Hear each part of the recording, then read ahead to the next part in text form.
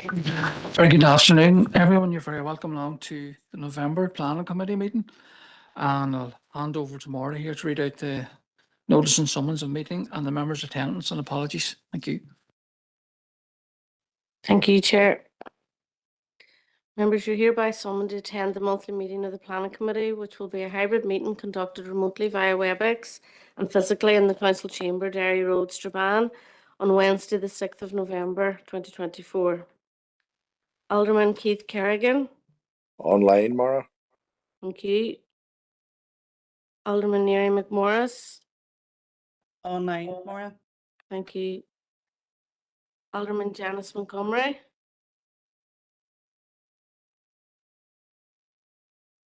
Alderman Janice Montgomery. Come back. Councillor John Boyle. Apologies. Okay, thank you. Councillor Caroline Devine. Shaw. Thank you. Councillor Sean Fleming. I'm Shaw. Thank you. Councillor Paul Gallagher. I'm Shaw, Maura. Thank you. Councillor Christopher Jackson. Shaw, Maura. Thank you.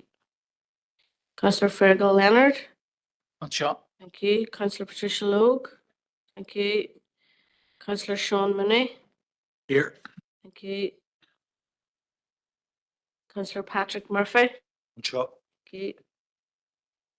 Councillor Martin Riley. Here. And Councillor Grace O'Neillis. No, I'll go back. Alderman Janice Montgomery. No. That's it, Chair. Okay. Thank you, Maura. I just want to read out the broadcasting statement for hybrid meetings. I'd like to remind everyone present that this meeting will be broadcast live to the internet and will be capable of repeated viewing. This broadcast may be terminated or suspended in accordance with our protocol. If you're seated in the public seating media areas, it is possible that the recording cameras will capture your image, and this will result in the possibility that your image will become part of the broadcast. By entering the council chamber and using the press or public seating area, you're consenting to be filmed and consenting to the use and storage of those images for webcasting or training purposes and for the purpose of keeping historical records and making those records available to the public. A copy of the council privacy notice may be found on the council website, www.derrystrabane.com. Can I, at this stage, ask for any declarations of members' interest, please?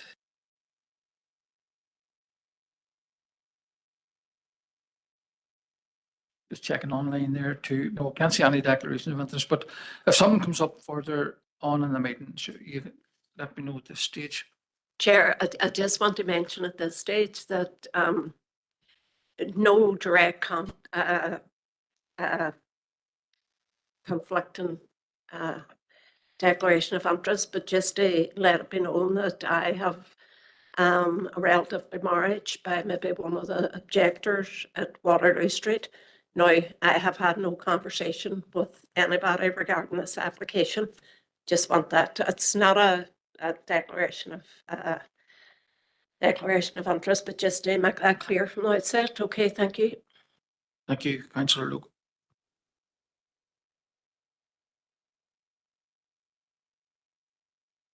Okay, then moving on to item 5 on the agenda is chairperson's business.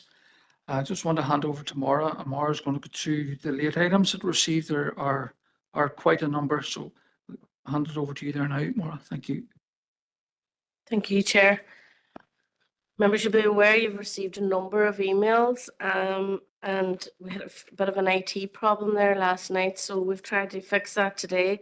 But on bearing that in mind, we've actually made copies, hard copies of all the late items for you today, just to be 100% sure everyone has seen them or can get access to them. So just wanted to highlight that. So in terms of item 1, we have 4 items. We have an email from Gemma Jobling. We have a response from the Hampson Harvey solicitors. We have an email from Mark O'Neill, that's DFI. And we have an email and letter of objection response from Matt Kennedy, the agent, on the 5th of the 11th. So that's 4 items for item number 1 on the agenda. For item number 2 in the agenda, we have one item. It's an email from the agent Matt Kennedy with an amended map site layout included. And that's from the 1st of the 11th, 2024. The third item on the agenda, we have 2 late items there. One is an email from Kay Feeney with a picture attached, and also an email from Kay Feeney with the guide for Clarendon Street Conservation Area attached.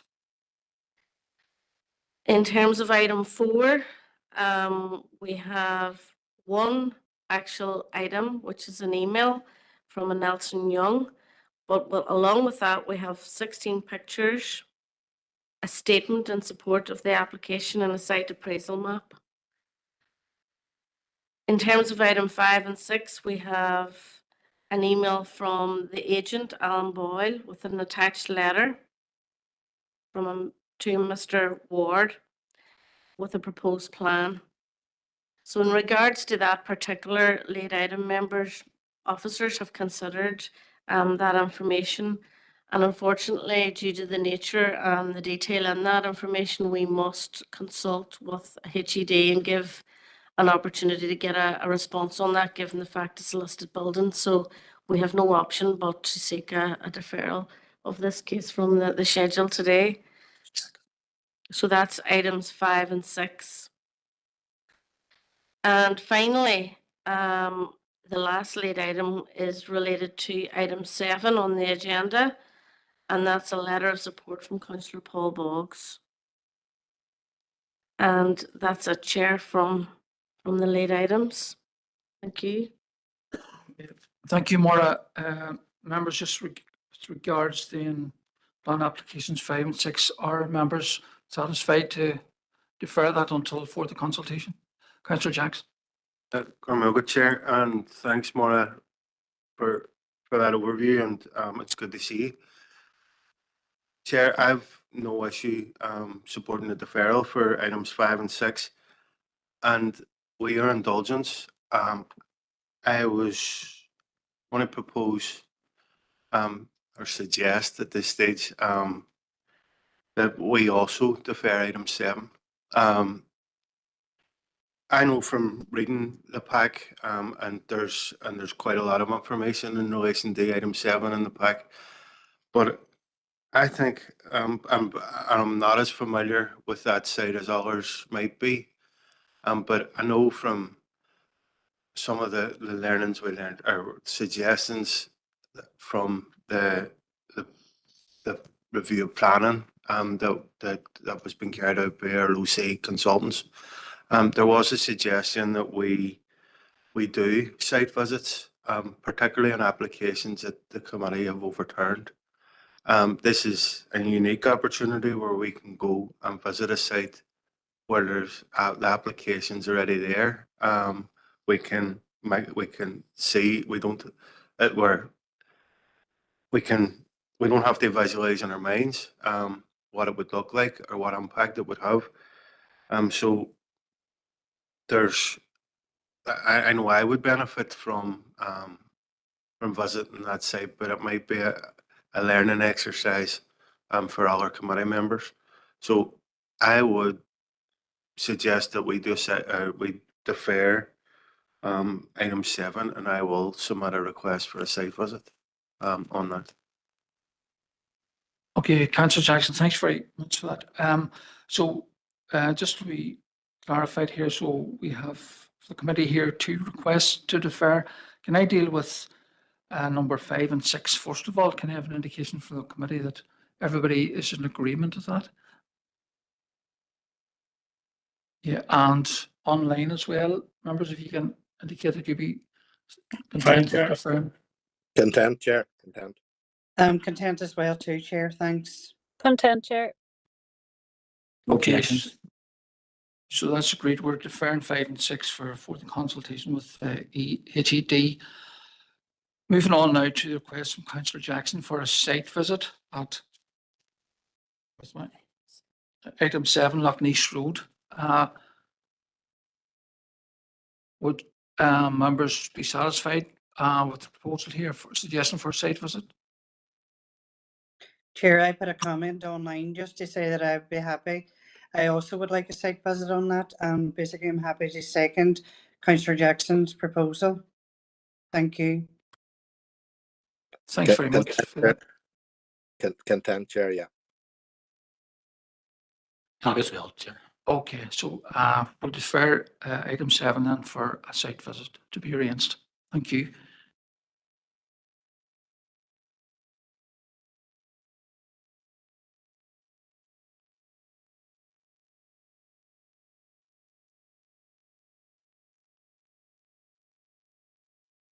Okay, members, I just want to confirm the running order for today then is numbers 1, 2, 3, 4, and 8.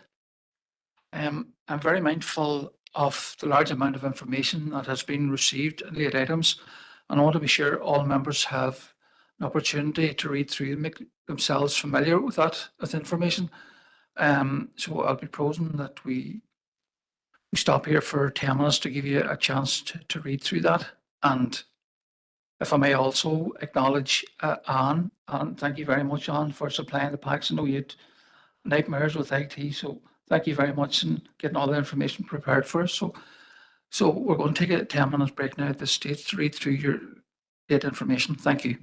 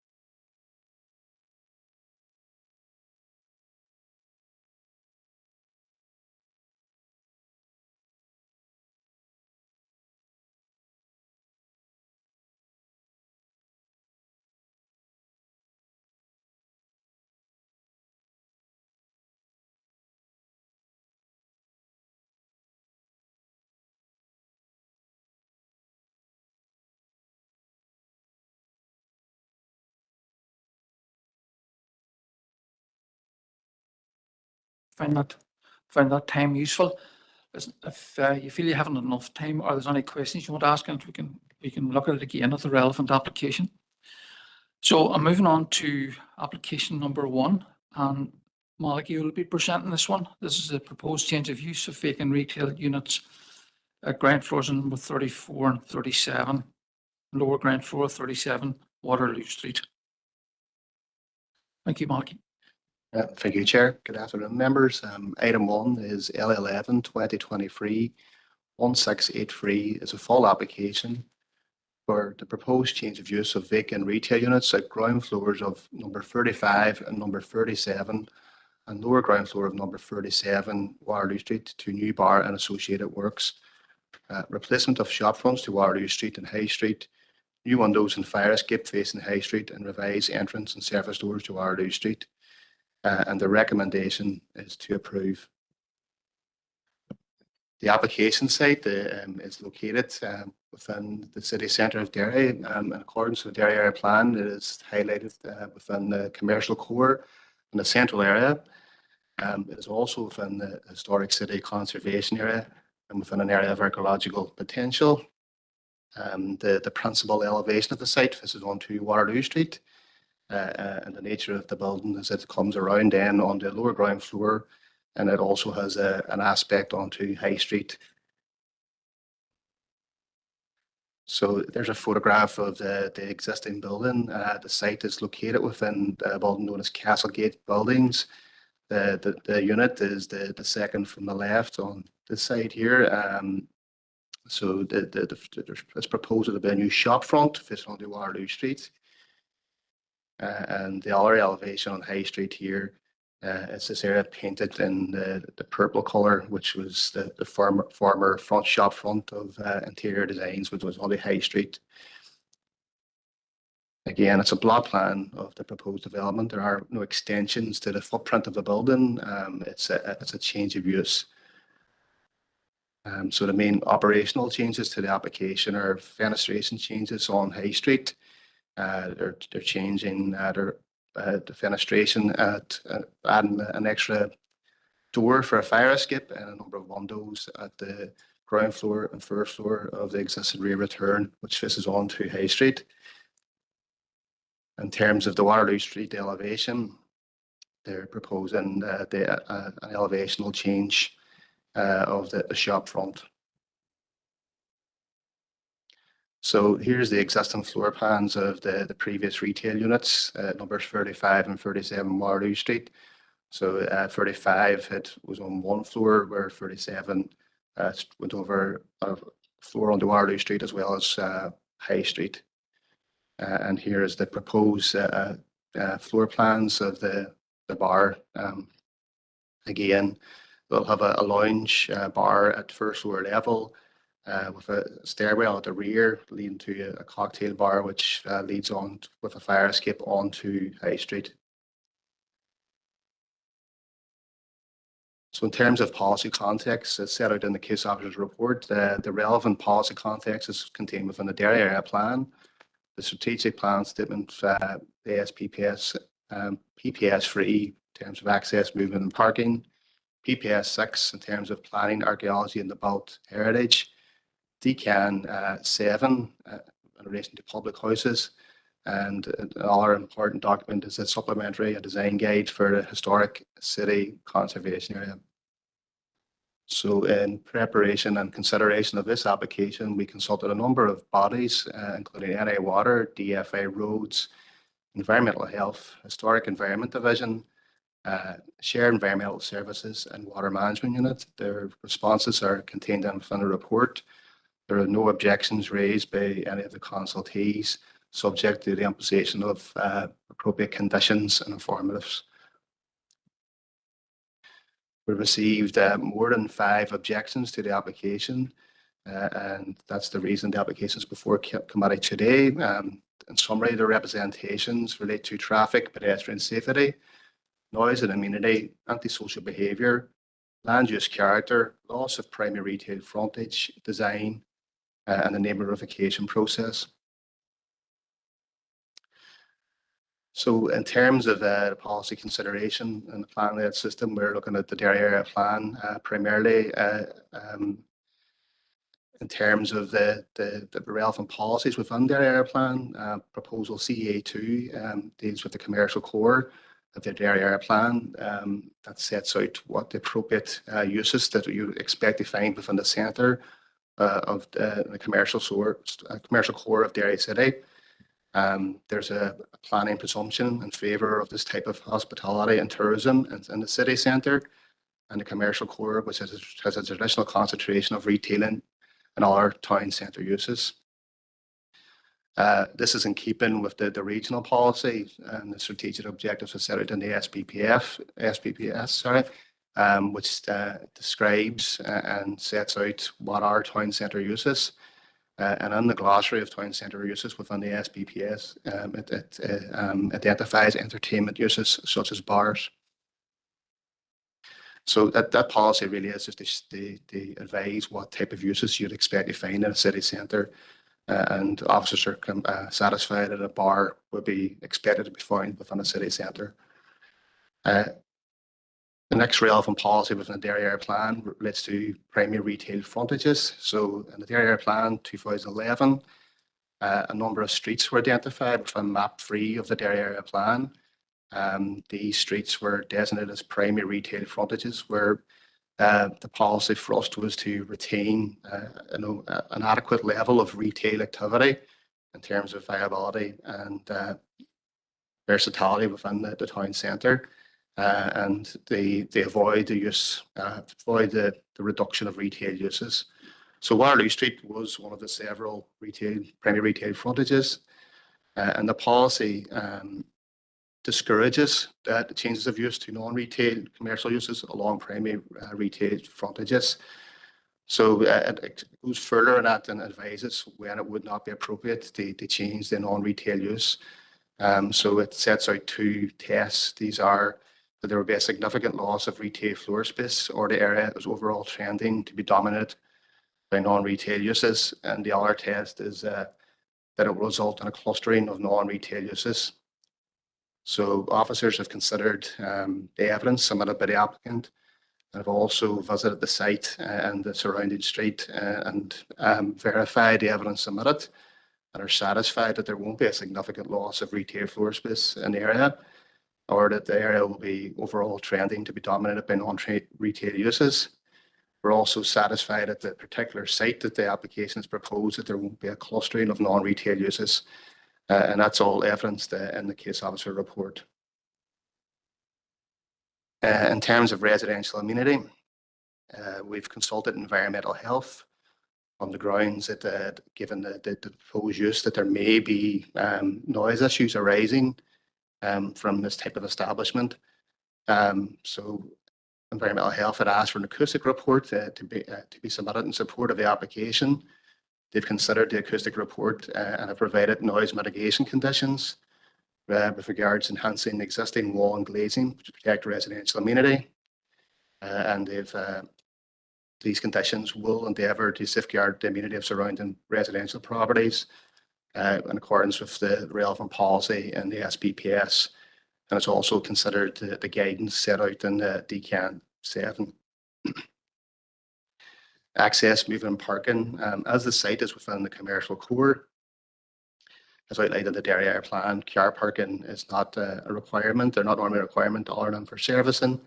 Officers have considered the service management plan that was submitted in support of the application, and are satisfied that the requirements satisfied that the details set out in service management plan, if adhered to, will mean that the application will be adequately serviced without as demonstrable harm. We've also considered road safety issues, primarily raised through third-party objections. There was a number of reports submitted in support from third parties, so wherein whether the proposed use will have an adverse impact on pedestrian safety. We've consulted the statutory consultee, in this case DFA Roads. DFA Roads have not raised any concerns in terms of road safety, We've also considered the nature of the proposed development. There are no changes to the existing footways or accesses or roads as a result of the application site, as far as the application proposal. And our officers are satisfied that the proposal won't raise demonstrable harm in terms of road safety or pedestrian safety. The application site is located within the conservation area, and it's also near a number of listed buildings and scheduled monuments. We have consulted the statutory consultees at HED, and there are no issues or concerns from those bodies. We've also considered the impact on the natural heritage. There was some issues raised from NI Water in terms of connection to the foiled sewage system, in terms of capacity issues. NI Water have been in contact with the applicant and have provided a negative condition, and thus officers are satisfied that there won't be any impact on natural heritage issues such as the aquatic environment, provided the negative condition is complied with and the agent complies with his agreement with NI Water. We've received a number of lead items in relation to the application since the papers were sent to members. These were 3 lead items. The first was an email from Gemma Joblin dated the 1st of November, and an attached letter from SW Consultancy dated the 31st of October 24. The second was a response letter from SW Consultancy from DFA Roads dated the 4th of November. And the third was a response letter to SW Consultancy from the agent dated the 5th of November 2024. The report submitted by SW Consultancy raised a number of concerns, and again relating to pedestrian safety, and also concerns as to whether officers had adequately considered the impact of the proposal on pedestrian safety in the locality. What I would say in that is that officers did consider road safety in the initial report. We did consult road service on a number of occasions, and they're detailed in the slide here, and the dates and are detailed in the report. Again, when we received the further letter, we've sent that to DFA Roads again for their comment. It's a statutory consultee. As you'll see from the letter, DFA Roads are still of the view that there's no issues of concern from their perspective in relation to road safety. Also considered issues in relation to car parking within the report. Illegal car parking is not an issue for planning per se to deal with. Like, PSNA or all our DFA officers have a responsibility to deal with illegal car parking. We're not satisfied that there will be any evidence that this proposal will add to that parking, illegal parking. There's no evidence to suggest that. In terms of having no road safety audit and transport assessment form, we've road service advised that these are not required given the nature, scale, and location of the proposed development. They wouldn't be a requirement, and a road safety audit would normally be required if there was changes to the highway or roads or pathways. There is no such changes in this application, and they also refer to a trick survey being submitted in support of the application. Road service would advise that a trick survey would not be required for an application of this nature. Again, we've also considered the other issues in relation to patron noise having not been assessed. Again, environmental health have not raised any concerns in relation to patron noise within any of our consultation responses. Officers were aware of a requirement in terms of DCAN 7, in terms of guidance of considering patron noise, and officers did conclude in the report that the application site is located within the city centre and it's not considered a noise sensitive location, and therefore we do not have concerns in relation to the proposal creating an unacceptable level of patron noise. So in conclusion, our recommendation is that having considered the proposal against the relevant planning policy, third-party comments and all material considerations, the approval is recommended, subject to the conditions as set out in the case officer report. Thank you, Chair. Thank you, Fab Maliki. I have number 2 indicator speakers here on behalf of the objectors. Gemma Jobling, you online, Gemma? Yes, I am indeed. Thank you. And Kieran Hampson. Kieran, are you online? Kieran has got called into court at the last minute, so I'm afraid he's not able to attend. He intended to attend remotely, but he sends his apologies, Chair. Okay, thanks for that, Gemma. Well, welcome to committee today. You have 5 minutes, and I'll give you an indication of about 4.5 minutes or so, and I'll ask you to wrap up around that time, if that's okay, Gemma. Okay. Thank you, Chair, members, for allowing us to speak today. We represent a group of concerned residents and business owners. Should say that the agent's claims in their email yesterday that our involvement is commercially driven to frustrate the process are unfounded and simply offensive. We simply seek to avail of the public right to participate in this process and seek a fair opportunity to present valid concerns and ask you to approach this matter with an open mind. Our clients support a vibrant town centre, but feel this site is unsuitable for the proposed bar due to genuine safety and amenity issues, which could negatively alter the street's character. In terms of road safety concerns, the proposed site is uniquely positioned as an island surrounded by the road, and unlike the other venues that open onto the pedestrian-only sections of Waterloo Street, where taxis pick up and drop off safely at the bottom and the top of the street, this plan will increase traffic on Harvey Street and heighten risk at its blind, narrow junction with High Street, where pedestrian provisions are inadequate. Plainly put, if you have a group of 5 or 6 people leaving the bar, stepping out onto the narrow footpath, they will inevitably spill onto the road. And as there is no forward sight visibility around the corner, a car or taxi travelling up Harvey Street, swinging around the corner, could easily knock a pedestrian down.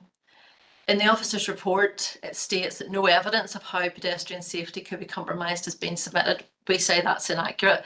SW Consultancy conducted a comprehensive review of this junction, producing a traffic safety report that highlighted serious visibility issues and inadequate pedestrian safety measures. The report, supported by CCTV footage, showed clear evidence of vehicle-pedestrian conflict, including cars queuing and speeding around blind corners, underscoring a significant public safety risk.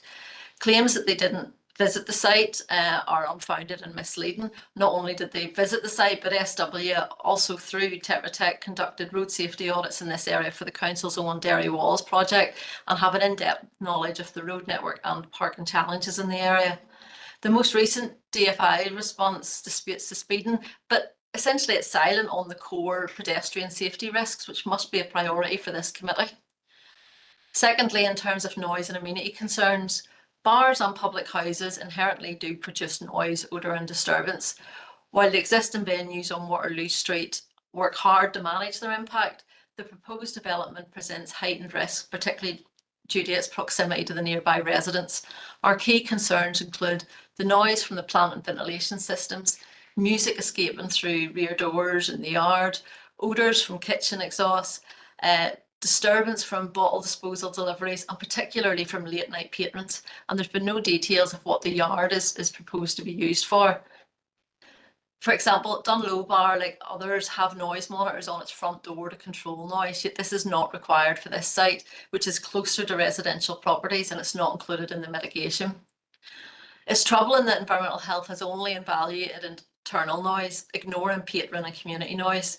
Standard practice in other environmental health assessments. For instance, I was involved in the Casement Park Social Club relocation appeal, and patron noise, including loitering and smoking outside, was a critical factor that we had to fully assess.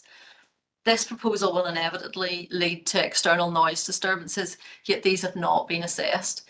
The officer's report dismisses concerns as manageable by the PSNI or through resident complaints, which fails to meet policy standards.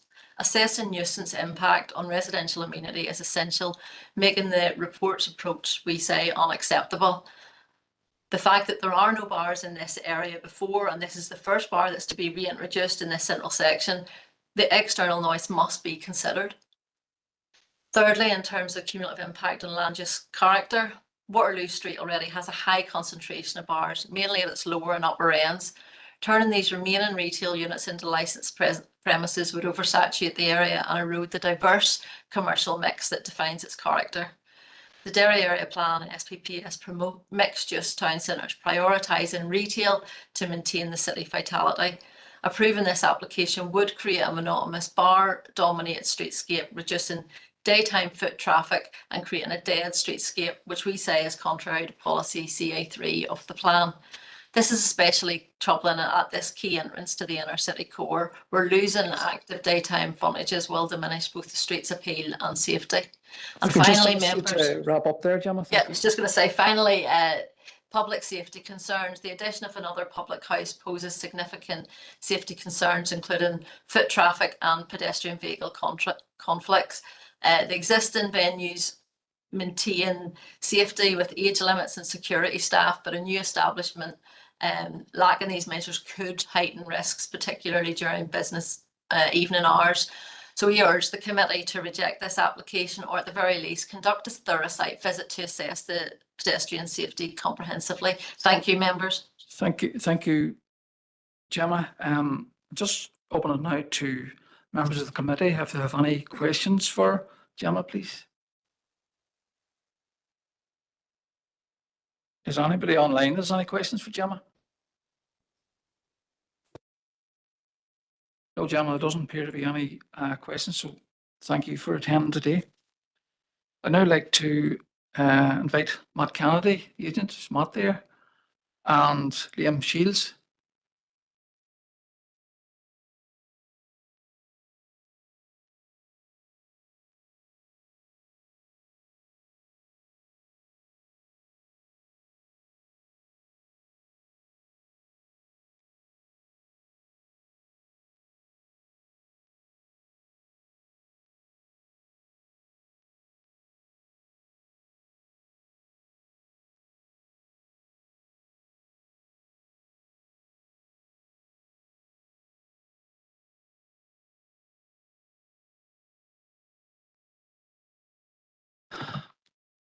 Okay, Matt, Liam, you're very welcome to committee today.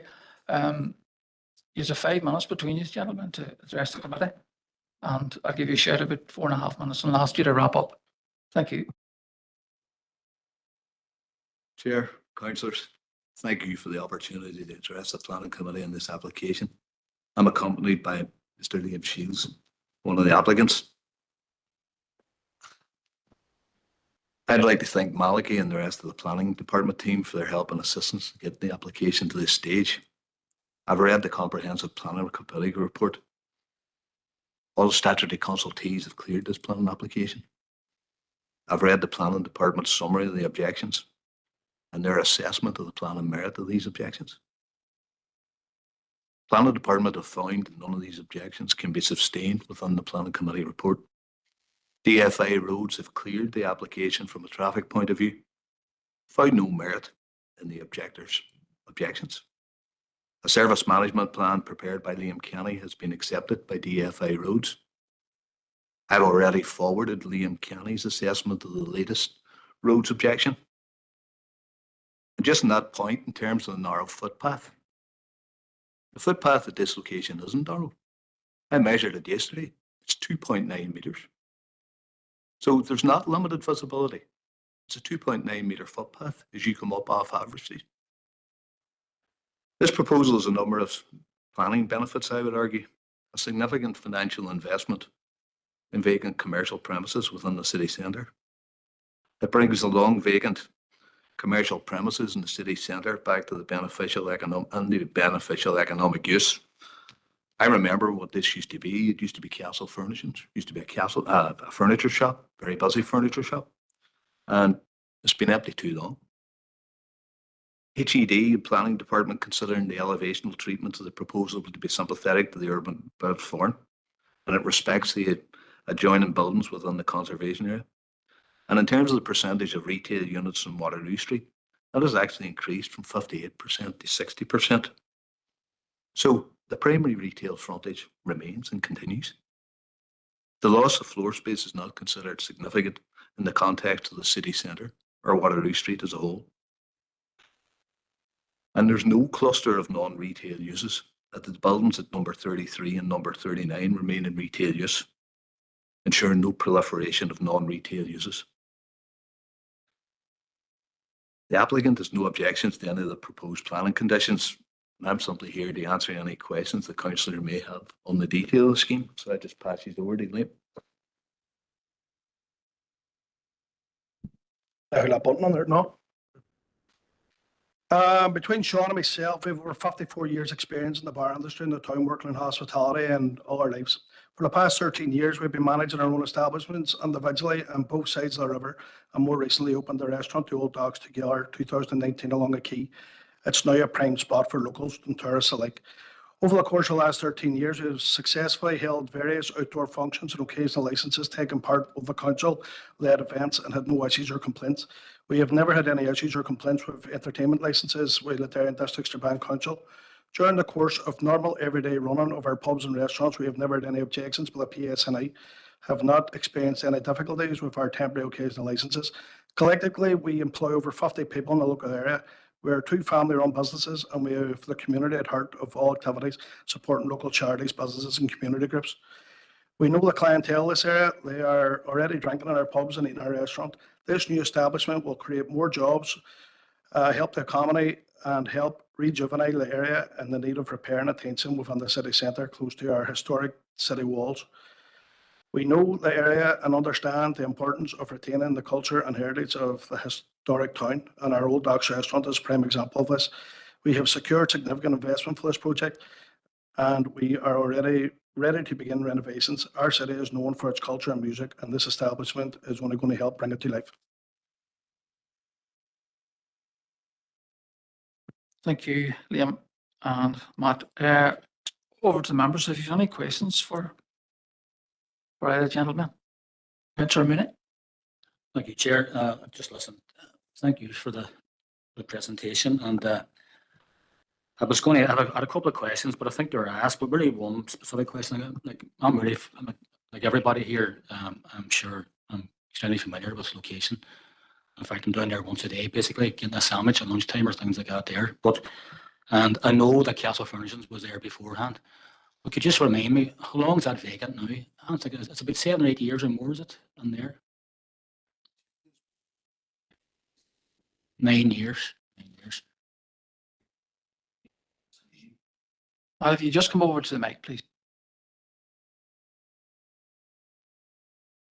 Castle Furnishings did go through a change of ownership, and it changed its name for about a year and a half, but it's closed for around 9 years. And on that, I mean, have you any information that it's in those 9 years? Has there been anybody that's shown any interest in it, except now the applicant, obviously? Do you know any? Sorry, we actually have the property owner here with us today. I think he's been keen to let it out for the last 9 years without success. No, that's fine. Thank you, Matt. And seeing that, just one more. Yeah, just move over to the mic, please. One of the objectors tried to go into business with a boy who owns a building, and they never showed up to a meeting, and that's how he ended up not being on it. Just one more point, Chair. I think it was actually the previous agent for the applicant or for the objectors was on there. One, I'm not sure if I picked up right, but I think our last point was about this could be potentially a new licensed premises, and how the patron would obviously manage it through conduct, things like that there. I think it was the last point was made only.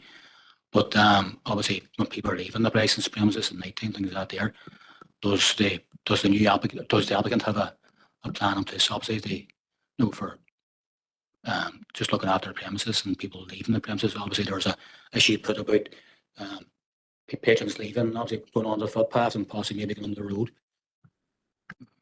Yep. One of the reasons why I brought Liam today here was just to explain the experience and the expertise that they do have in the licensing business. Like, they run 2 or 3 other pubs, they run a restaurant, they employ security, they employ bar staff. They know the issues in terms of noise, they know the issues in terms of disturbance, they know the issues in terms of impacts on amenity of local residents. So I was keen to bring Liam here today just to explain to you that He's never had a difficulty with the police. He's never had a difficulty with the licensing authorities, that they're reputable operators and that they take their requirements in terms of noise and in terms of the running of the pub seriously. No, that's great, Mel. Thank you. I did hear that he had a combined experience of 54 years and there's no adverse any incidents. So thank you for that, Amen. Thank you to Liam. Cheers. Thank you. Any other members? Any questions? Anybody online has any questions for Matt or Liam? No, thank you, Matt and Liam, for attending today.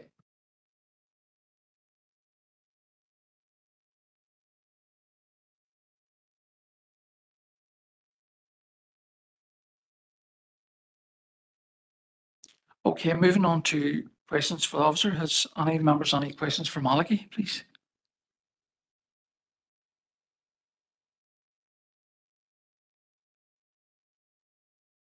Anybody on the line, any questions for Malachy? No, it doesn't appear to be any questions. Thank you. Yeah, members, you've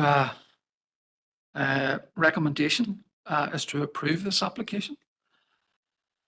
I'll pass it over to yourselves if you've any. Councillor Jackson.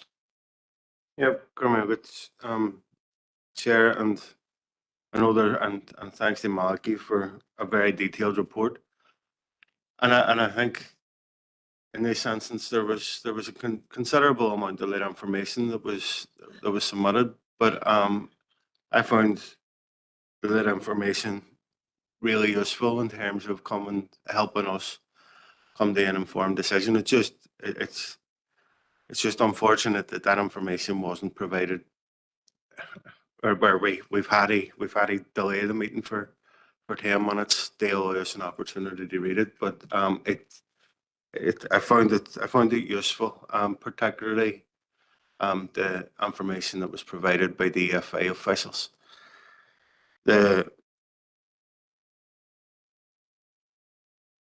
This site, and Councillor Moniz alluded to it, it's well known to all of us. It's right in the heart of our city centre, and it's been derelict for far too long. We understand that when it comes to redevelopment and increasing footfall and increasing and attracting investment on their city centre, it's going to come along with challenges. There's no doubt about that. But in terms of all the information that's been provided to us, and given the expertise and the experience of the applicant, in terms of running a business alongside a residential area, I've been given enough assurance that this won't have a demonstrable impact to safety or the residential amenity of those that are living close to our city centre. So on that basis, and I'm assured that all planning policies have been met, and that and I'm more than content to propose that we accept the recommendation to approve. Thanks, Chair. Councillor Jackson. Councillor Mooney. Thank you, Chair. Happy they second the proposal made by Councillor Jackson. As previously outlined, I'd like to thank Malachy because it was an extensive report. I think he's covered all the objections that have come forward. They were obviously concerns, and they were legitimate concerns, but I think Malachy has taken on board and has produced an analysis that I can certainly accept. I think, as alluded to by Councillor Jackson, what we had there, what's come in the last couple of days, the reports relates to road safety, and I think one of the documents has been sent on by Matt, and one of the first paragraph by the roads consultant that I found in favour is councillors, I am sure, are very familiar with the area, and I am very familiar with the area and know the area for a long time, and I know that there's numerous licensed premises in all retail units on Waterloo Street, and I think safely that this application can be safely accommodated within that area.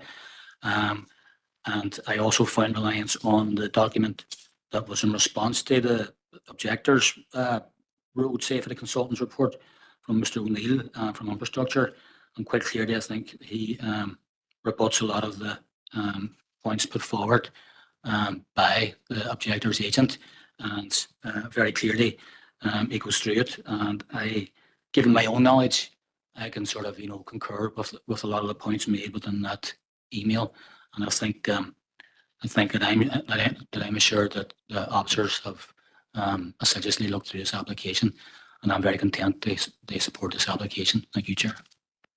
Thank you, Councillor Mooney. So members, we have a proposal there from Councillor Jackson, seconded by Councillor Mooney, to agree with the office recommendation, and because we're on a hybrid meeting, we will be taking a vote on this, so I'll ask Maura to take a vote, please. Sorry, Chair, I had indicated to come in. Go ahead, sorry, I didn't see that. Thank you, go ahead. I was just basically going to second the proposal and thank Malachy for the comprehensive report.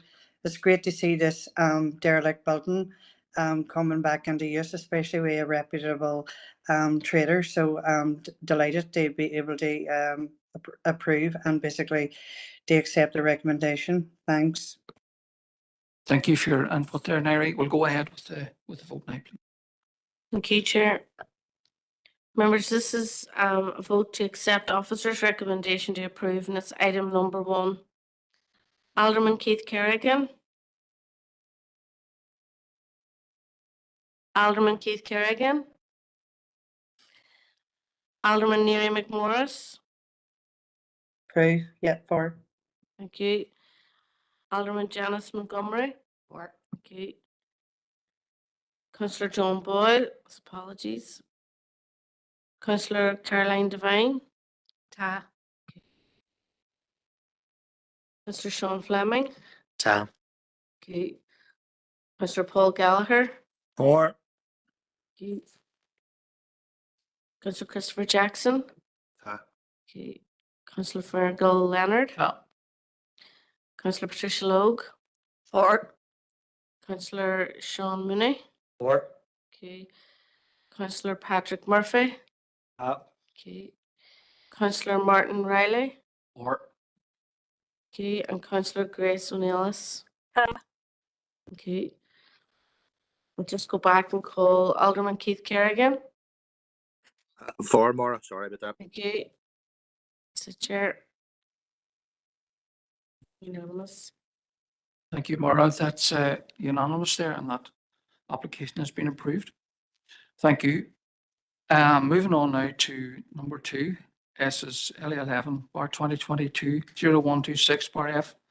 Change of use from agricultural salvage facility to materials recovery facility and waste transfer station. And Rosie will be speaking on this one. Thank you, Rosie.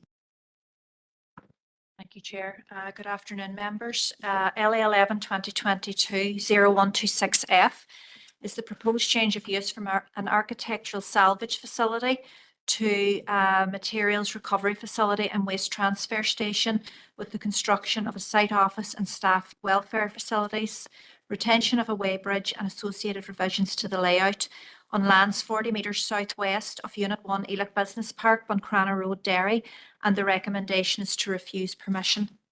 So the application was scheduled for presentation to committee in July, but was deferred to allow further consideration and consultation on amendments to the application put forward by the applicant to address concerns regarding mixed municipal waste, the impact that this might cause for designated sites, visual impact, incompatibility with the character of the area, the need for the facility, whether special modifications were required to the existing building, and odour impact.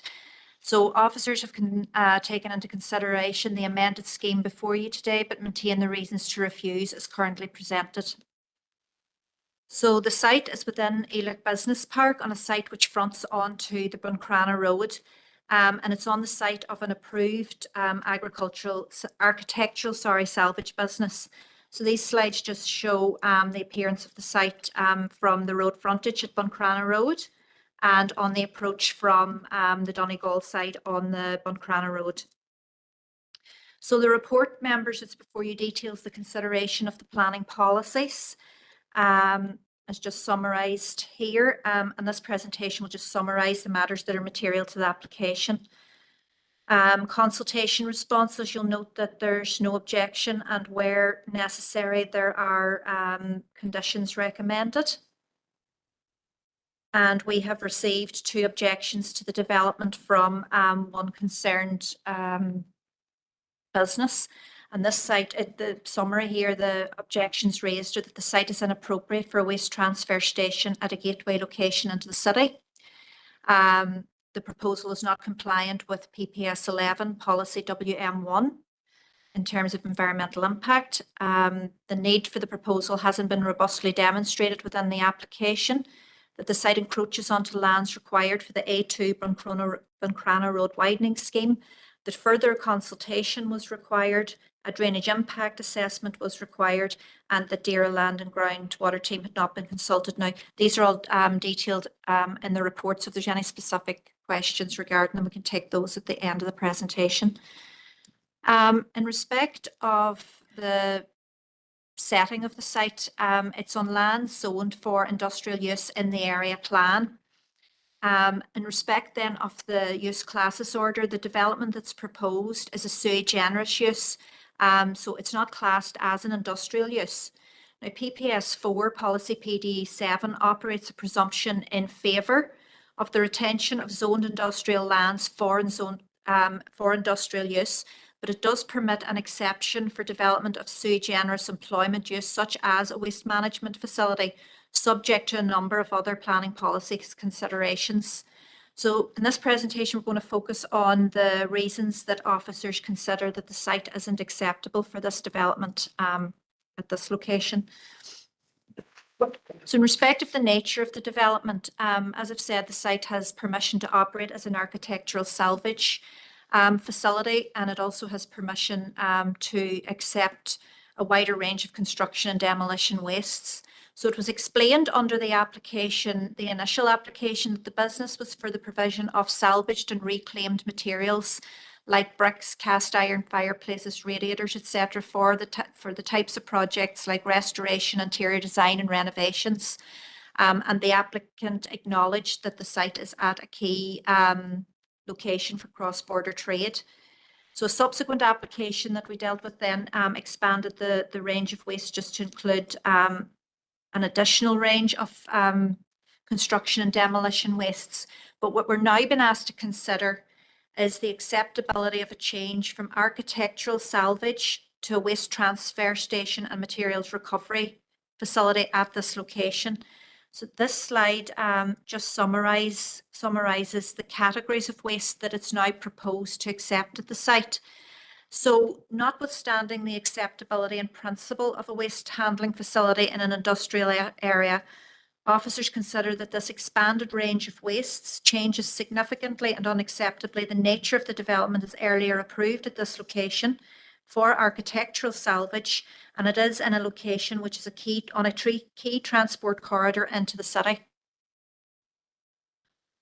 Another concern then is regarding the visual impact of the development. So we've considered that at this location on a road frontage site on Buncrana Road, that the visual impact is unacceptable.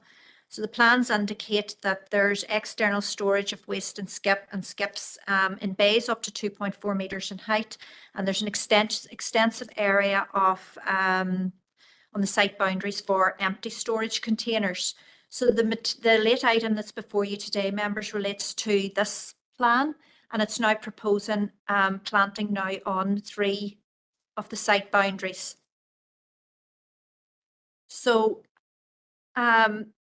we've given further consideration to this proposed planting scheme, and I think the intention here now is to grow the hedge up to 3.5 metres, and I suppose to try and screen or hide the development from public view. Now, we consider that it's still an incompatible form of development with its surroundings, and that landscaping just to hide a development isn't really why you'd provide the landscaping. In respect of landscaping, it's generally provided to enhance the appearance of the area rather than try to hide a development. So the development should be acceptable in its own right, and any landscaping that you provide then is to enhance the setting of the development. So I'm just going to provide by means of comparison the previous plan that was approved for the site, and you can see the less formal planting that was proposed in groups and of trees. So again, this was a smaller site set further back from the Buncrana Road, but it was more an enhanced form of planting rather than this linear planting, which in itself is likely to draw attention to the development. We've also given consideration then to the compatibility of the development, and policy PED 7 of PPS 4 permits waste handling facilities in industrial areas as an exception to the presumption to retain land zoned for industrial use, where it can be demonstrated that the proposal is compatible with the predominant industrial uses.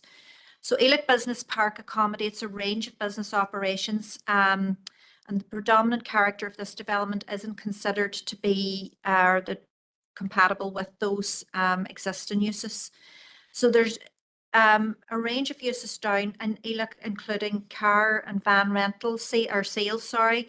There's an e-liquid manufacturer, there's a Northwest Mechanical Services, and there is the Enviro Car Parts, which breaks and sells parts for cars.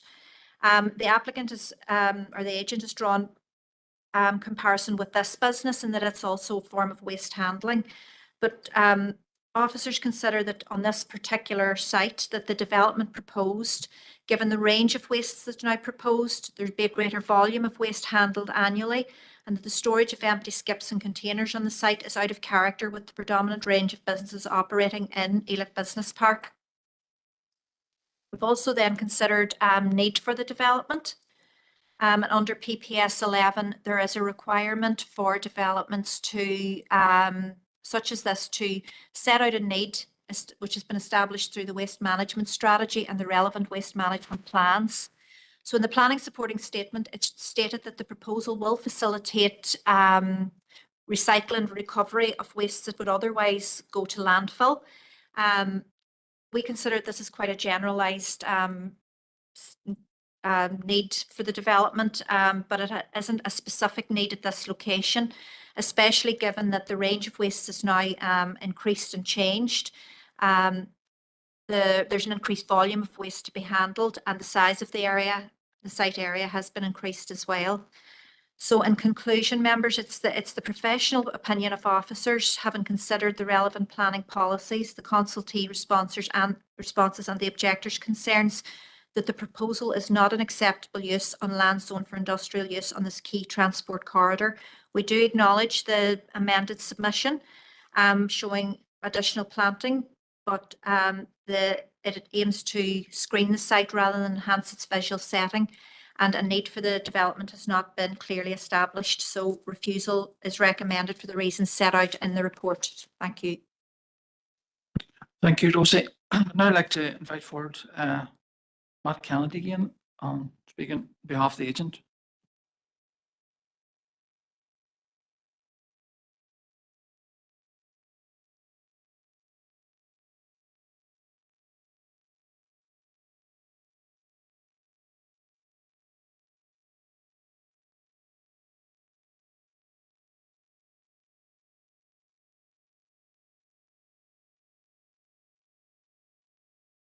Okay, Matt, welcome to the committee again. You have 5 minutes to address the committee again. Thank you. Thank you, Chair. Thank you, councillors, for the opportunity to address the planning committee on this application.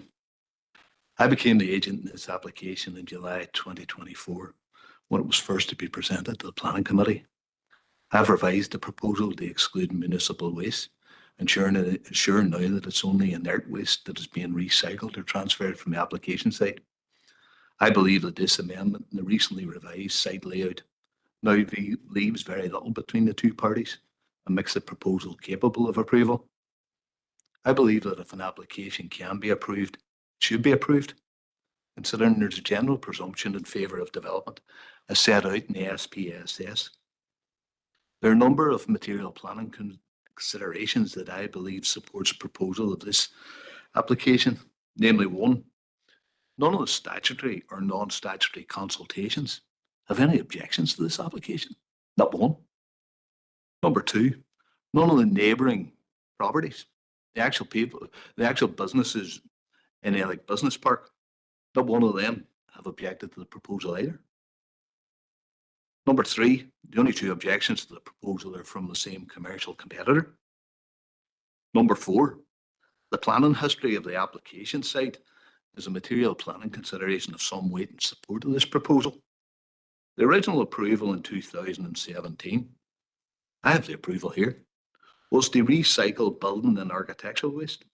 And this has clearly established the principle of waste recycling on the subject site. The subsequent approval in 2020 significantly widened the waste codes on site that could be recycled to specifically include glass, plastic and wood. These permissions have now been implemented. As the principle of recycling and waste transfer on the application site within an existing industrial estate has already been established by these 2 approvals, I believe there's no sustainable objection to the current proposal. The current proposal simply widens the various waste streams for waste recycling and transfer on the application site. NIA, the competent authority in terms of waste and recycling, has no objections to the proposed widening of the waste and recycling streams. And the proposal only involves an increase in the recycled waste material from 7,500 tonnes to 12,000 tonnes per year. Considering the NIA's position, I fail to see what feasible land use planning objection the department can now have to the nature or principle of the application. Moving from the overall principle of the scheme to the proposed site layout, planning are concerned about the potential visual impact along the Buncrana Road. The recently amended site layout provides a 3.5 metre wide landscape buffer zone, not just along the entire Buncrana Road frontage, but also halfway down the 2 side boundaries of the application site, entirely screening the external storage areas from public view. This landscape buffer zone can be imposed or required by planning condition, and the applicant has no objection to a planning condition to that effect. I believe that this revised proposal resolves all the visual issues that arise from the proposal, and refusal reason 3 cannot be sustained. In terms of the other refusal reasons, I believe they have no merit whatsoever. Regarding refusal reason 1, waste recycling within a zoned industrial estate is an acceptable economic development use. Both PED 7 and WM2, 2 policies in relation to waste, actually recommend that that's where you take waste recycling facilities into general industrial estates. That's what the policy requires. But the planning department don't agree. The principle of this proposal has already been established by previous permissions, and the nature and form of the proposal is compatible with other nearby industrial uses, such as a car breaker's yard. The adjacent premises is actually used for shipping container storage and sale. The property behind us is actually used for crane storage. I can't see any sustainable objection in relation to PED 7. In terms of refusal reasons 3 and 5, they both raise the issue of whether the proposal is compatible with the character of the area and policies WM1 and WM2. I would say to you, where else would you put this in Derry other than in an industrial estate? I'll ask you to start wrapping up there now, Matt, please. Sorry, Chair, I just have a couple of points just in relation to refusal reasons 3 and 5. Very, very quickly. If I could make them.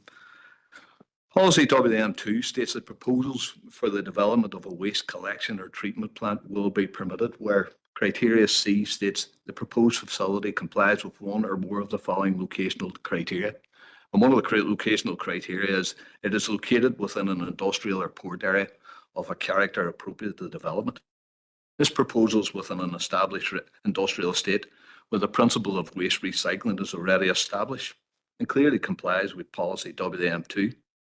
Policy WM2 actually states in paragraph 7.4, due to the industrial nature of commercial waste facilities, suitable sites are ports and docklands and general industrial areas.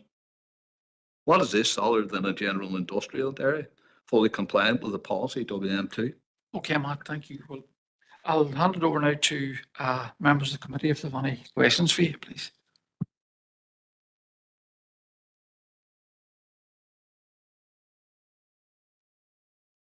Any questions from anybody online? Yes, Chair. If I can Councillor come in. Gallagher, go ahead. Thank you.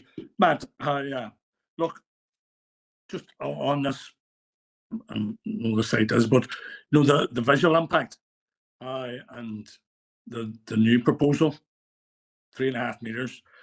We have heard the language used. You know, it's hiding this facility, but how could you give us a bit more like on the visual impact? Well, it's could you reverse that and say it's going to enhance the visual amenity in that area? Thank you, Councillor Gallagher. Yes, I would agree. It will enhance the visual impact along the Buncrana Road. Really what we have done is that we've looked at the Buncrana Road frontage and considered that because we're the last unit on the industrial estate, it's important that we put in a landscape buffer, not just along the Buncrana Road frontage, but also along the frontage that faces Andy Donegal. What has happened is that there's a significant amount of scrubland that has grown up beside Donegal, which actually helps screen parts of the site. But a bit of that has actually been cut away, about 20, 30 metres of it, I believe, and that exposes part of the site to view. And really what we're proposing with the landscape buffer zone, which is coming down halfway down both side boundaries, is that we would screen that view off entirely from view and would remove that view. We're also helped by the fact that the Buncrana Road sits at a significantly higher level. The application site is about 3.5 metres lower than the actual Buncrana Road. So we sit down at a much lower level. And what we're proposing in part and parcel of the landscape buffer is that there will be 2 lines of laurel evergreen hedging put in place. And if you ever go and visit any of Taggart's housing developments, you'll see that one of the things that he does in terms of landscaping is that he always uses laurel hedging because it provides immediate and instant cover and screening. And I think it's important that where you do have facilities such as this, which are waste management, which can be unsightly, that they are screened from view. I was the original agent on this industrial estate. I done the planning application for McCormick's, and the original outline approval had an approval on it and a planning condition requiring a 10-metre landscape buffer along the entire Buncrana Road. Now, we've moved away from that and it hasn't been implemented and it hasn't been forced on developers by the planning department. But I think that 3.5 metres, I think, is a reasonable compromise and ensures that the visual impact won't be harmful and won't impact on the key transport corridor. This is a major, not just economic route, but it's also a tourist route, and we don't want to do anything that would be visually unsightly. That answer your question, all right, Councillor Gallagher? Yeah, Chair, just one other, if you bear with me. Matt, tell me this, you know, and possibly other material considerations. Have you, and I haven't heard it in your presentation again at all, like, but have you considered any around, you know, the zero waste policy of councils, climate change policies, around promoting renewables? Have you given that any consideration? Yes, Councillor. The targets within the waste management strategy, the intention behind that is to get a significant shift away from landfill. I know the council and other people are trying to move to this idea of zero waste. I don't think, and I don't know if we'll ever get there in terms of zero waste, but certainly we can get very close to it. These waste management facilities reuse, recycle, and recover waste materials. They significantly reduce the amount of waste going to landfill. So I think we're moving in the right direction, and the more of these that we get and the less that goes to landfill, the better for all of us. And it does impact on the climate crisis too as well, because the less methane and the less carbon dioxide that's being created from these landfill sites, the better. So I would argue that the proposal to recover and recycle waste materials is clearly consistent with the policy, and there's a clear need for it, particularly at this application site. Thank you, Chair. Okay, Councillor Gallagher. Councillor Mooney. Thank you, Chair. Just one question, Matt. Given what you said at the start of your presentation, that you've revised your proposal now to exclude municipal waste, and given the and given the planning permission from 2019. So is this really an expansion of the business in relation to boulders material and things like that there? Yes, there is an expansion in terms of the various waste streams for recycling. What we're talking about is taking things such as card, paper, textiles, quarrying waste. So there is an expansion in terms of the streams, the waste streams that would be coming through, but nothing that would be any more visually unsightly than what we're proposing than what we have previously got approval to take. Builders waste, mining waste, visually, it's got the same visual impact. So I don't see in terms of land use policy and in terms of this proposal, how it's not compatible with either our previous approvals or its location within an industrial estate. But there's nothing on foodways or things like that there and that sort of stuff. Sorry, nothing in terms of food, no. Nothing that's would be considered not inert. Any further questions for Matt? No, thank you, Matt, for attending today.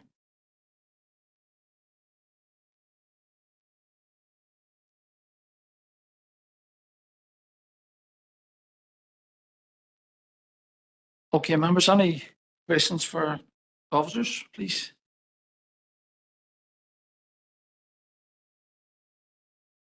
Anybody online has any questions for officers? Yes, Chair. Go ahead, Councillor Gallagher. Thank you. I'm reading this report. How it's saying is it's fairly saying that there's no adverse impact on the environment on this project. And again, come back to what I asked previously. You know, has there been other material considerations given to this by planners around the promotion of renewals, Council's climate change policy or zero waste policy, and i.e. the reduction going to landfill? So has that been given any consideration by their planners?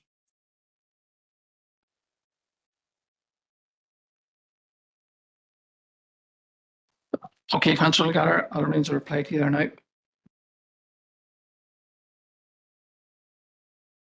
Go ahead, Rosie. Councillor, yes, I mean, it is set out in the report that we would accept that you know, less waste would go to landfill. The question here is this an appropriate use at this site? And that's what the argument is. I don't think I mean, Mr. Kennedy set out about what the planning policy says in terms of industrial sites being acceptable for waste transfer stations, but it's not in all instances. It's where the predominant character of that area would lend itself to that type of use in that area. So there's no denying that you know, a waste transfer station such as this might stop other wastes going to landfill, but that's not what the core principle of our reason for refusal with this application. I don't know if that answers your question. Councillor Gallagher, go ahead there if you wish. Thank you, Chair. Look, to see how when you see in the report, you know, the acceptability, you know, in the previous application, the principle was met of a waste management facility on industrial land. And then when you compare them to, you know, the consultation, NAEA, you know, the licensing section had no objections at all to this. So you were thinking that, and when we look across all our statutory consultees, very much, you know, like no objections, no adverse impact to human health, noise, odor, environment. So I'm having difficulty with this one. Thank you. Go ahead. Yes, thank you for your question. I suppose yes, we're quite clear in the report that there are no objections from the statutory consultees who have looked at, I suppose, their areas of expertise. There is no issue with regards to odor or noise or anything unacceptable emanating from the proposed development. However, the refusal reasons that officers have put forward for members as a recommendation is in relation to that particular use on that particular site. So it's against the planning policies the planning officers have to consider, as well as all the consultee responses. So you're quite correct in that none of the consultees now have an issue because the putrescible waste code was removed from the application recently, and that was, we reconsulted with the statutory consultees. However, officers are still concerned with regards to the siting, the particular site that this is located on, and the visual impact and the character on that.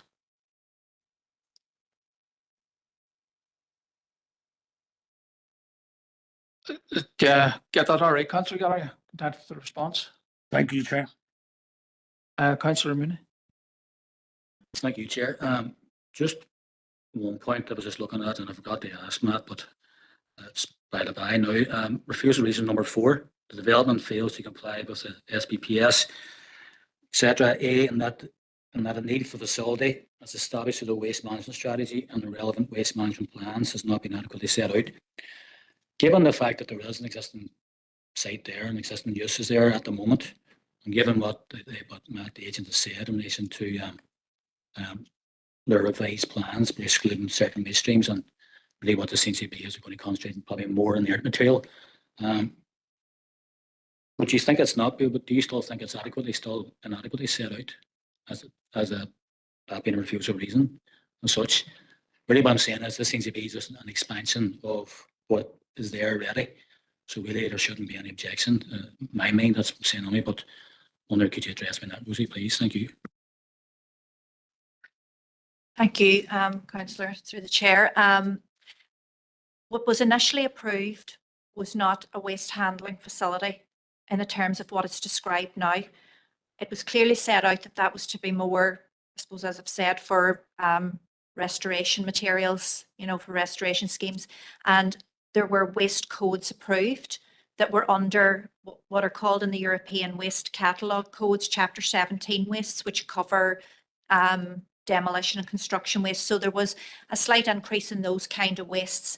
The wastes now that are set out there are well in excess of that. It's now more like the facilities that are provided by Brickkiln or Riveridge. And it's at this location. We're not saying that they're not acceptable in an industrial area, but at this location coming into the city on a main transport route, we just don't consider the way that type of facility is acceptable now in this location. Councillor Mooney, go ahead. So just to follow on from that, on that basis then, so really what they're saying is then that maybe 2 and 3 are really refusal reasons based on aesthetics as such. If cars are driving by and maybe people coming from maybe the Buncrana end or coming down, they're passing it and they're seeing this site that's got a lot of, material that is, not nice to look at. So these are basically aesthetic reasons. But I mean, would you consider if the use of laurels or whatever like that there, would that assuage your views that this could be, shrouded out in any way? Thank you. Yes, thank you. Through the chair, I suppose we have considered the landscaping plan or the amended plan that has been submitted. And I think Rosie during her presentation has addressed that and said, look, I suppose in our consideration of it, we don't feel that the use is acceptable in this location. Regardless of planting, you can't completely screen something of this nature. However, if members feel that that is appropriate at this location and that the landscaping will help, the only thing I would say is laurel hedging, we would prefer native planting in this location, biodiversity and native trees, and rather than the laurel hedging. But again, if members are minded to allow the development, then we can put on a landscaping condition. But Chair. Any further questions for the officers? No. Okay, members. So there's a recommendation here to refuse this application. Is there any further comments, or does anybody wish to make a proposal, please? Chair, could I come in, Chair? Go ahead, Councillor Gallagher. Thank you, appreciate it. Chair, I'd like to propose that we don't accept the officer's recommendation. I think that in this report, the scale, nature, and the form at this location has been proven appropriate. That when we look across our policies that have been looked at, no adverse impact on the environment, odor, noise, human health have all been tested. The consultations that have been given have all proved very positive. I think that we also, Chair, need to take in a lot of the material considerations on this that and I mentioned them earlier around promoting renewables, and I think this project goes a long way. I'm meeting that, and we need to encourage it and improve our waste management. I think that we can also look at other waste management strategies that this will enhance. I think that around some of the objections, I think the visual impact stuff has been and can be met in this area. Therefore, Chair, I say that we overturn the officer's recommendation and we approve this. Thank you. Councillor Gallagher, just for the benefit of the officers here, for the list of refusal reasons there, could you identify your reason for each one of them, please? Just so officers can capture your comments, please. Thank you. Okay, I think that some of the stuff around the policies, policy 7, that it is compatible within the industrial use, including waste management, including the scale, nature, and the form at this location. And then when we look at waste management policies, I think the report highlights it negligible and significant, as the words used, no adverse impact on the environment. I think the visual impact and the expansion in this has been met. Is that proposal 1 or some other one? Or refusal reason 1 or some other one? If you can just clarify that for us, please. Oh, sorry, Chair, I have difficulty getting onto me.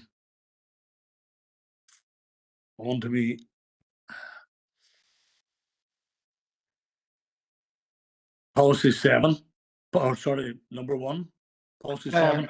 Councillor Gallagher, if it helps, what we'll do, we'll put up the proposed reasons for refusal, if that's possible, and you can, it might help some. I have it here now, Chair. First reason, I think that this project the principle already has been established with the previous application for waste management facility in this area. There is no loss to industrial or economic use, and we've met that. Number 2, around policy 1, there's no adverse impacts at all, and this refusal, number 2, and that's including odor, noise, human health, and environment. Number 3, the visual impact along this place. The new proposal enhances the area. We go to that. Development 4, or refusal reason 4. I think, Chair, when we talk about the need, we've seen all these policies coming before us. The need for promoting renewables. This project is going to reduce 5,000 tonnes going into landfill, and we have to be promoting it, Chair. I think that's been met. The need around the previous application agrees that, sets that out. And it's gone from 7,500 tonnes to 12,500 tonnes. That can only be welcomed. And again, the area, it has been established that the scale, nature, and form of this proposal at this location is met. Thank you, Chair. It sounded a bit long-winded. So thank you, Councillor Gallagher. It's important just for the benefit of officers to clearly explain your rationale for each one of the refusal reasons. So we have a proposal. Can I ask if there's a seconder for Councillor Gallagher's proposal, please? Seconded, Chair. Councillor Riley. Sorry, Sean. Yeah, I'm happy to second it. Okay. Councillor Fleming as well. So, members, we have a proposal there from Councillor Gallagher, second by Councillor Riley. I'll need to go to vote on this, please. I'll ask Maura to take it.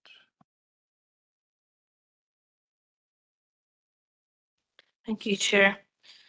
So members, this is item 2, and this is a proposal not to accept officer's recommendation. Alderman Keith Kerrigan. Abstain, Maura.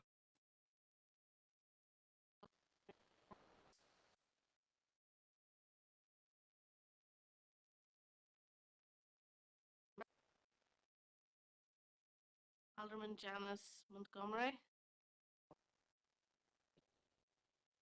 Sir John Boyle. Sorry, Yes. Maura, Mayor, I think I lost the sound there. Yes. Did you call me? I'm We did, abstaining. yes. Sorry, I lost the volume there. So No problem. yeah, I'm abstaining. Abstaining. Okay, thank you. Councillor Caroline Devine. Ta. Okay. Councillor Sean Fleming. Ta. Thank you. Councillor Paul Gallagher. For. Thank you. Councillor Christopher Jackson. Thank you. Councillor Fergal Leonard. Thank you. Councillor Patricia Logue. For. Thank you. Councillor Sean Mooney. For. Thank you. Councillor Patrick Murphy. Ah. Thank you. Councillor Martin Riley. Or Thank you. And Councillor Grace O'Neill. Ta. Thank you. And Chair, can I just check in terms of the potential condition that Andre raised earlier? Was part of that proposal, which was about ensuring there would be an agreed landscaping scheme in advance. I'm assuming, is that part of that proposal? Yeah, happy.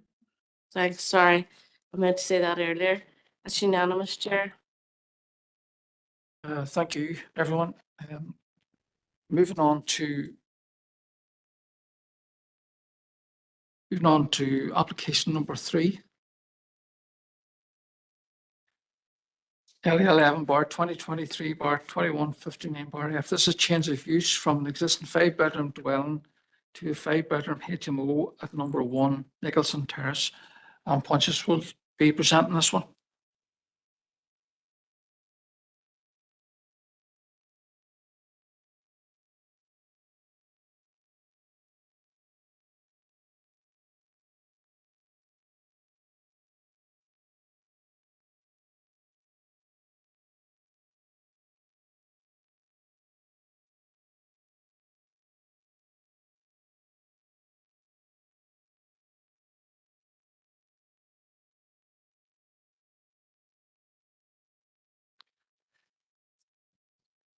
Good afternoon, members. This is application item number 3, and that is full application LA11/2023/2159/F, and that is for a change of use from an existing 5-bedroom dwelling to a 5-bedroom HMO, and that is located at 1 Nicholson Terrace in the city here. The recommendation is to approve.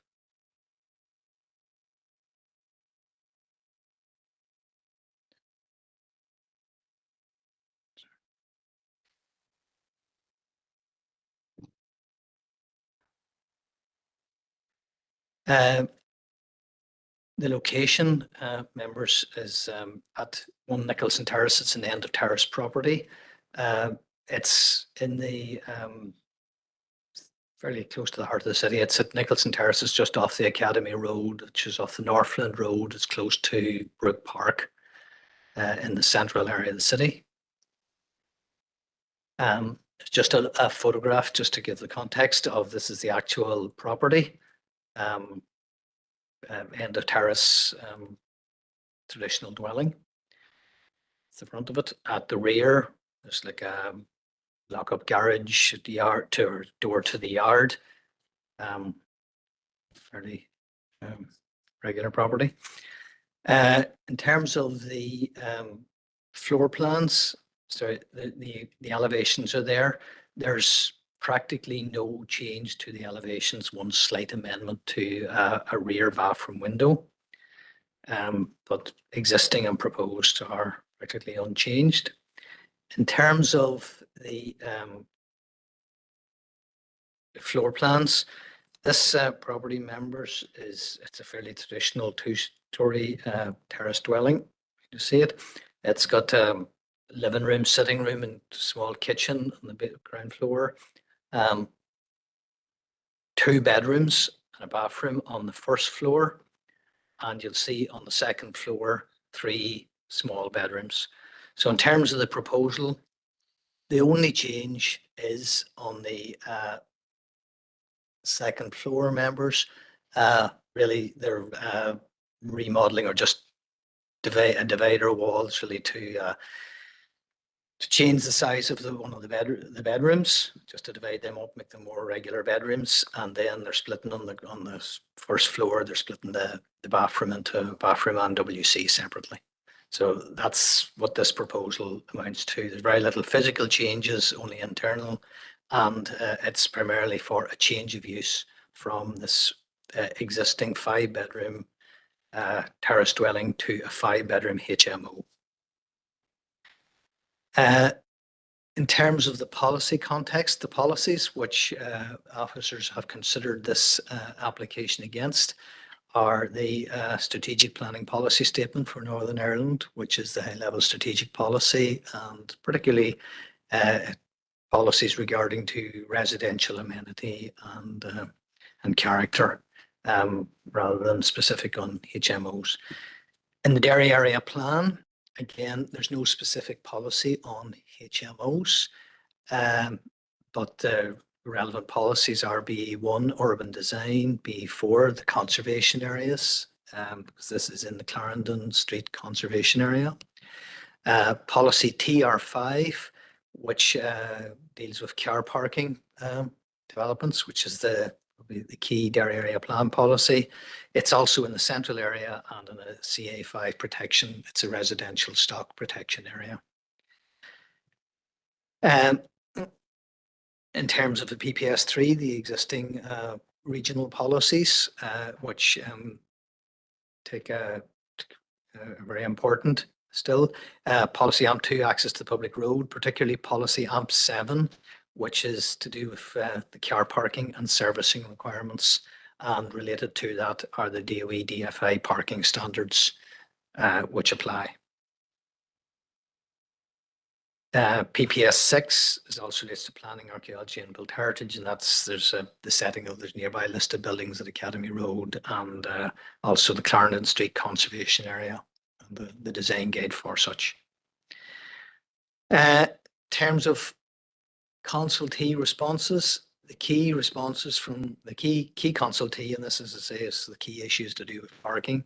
DFI Roads have replied that confirmed the proposed development is located in the central area boundary in the Derry Area Plan, and therefore it's a Zone B development area.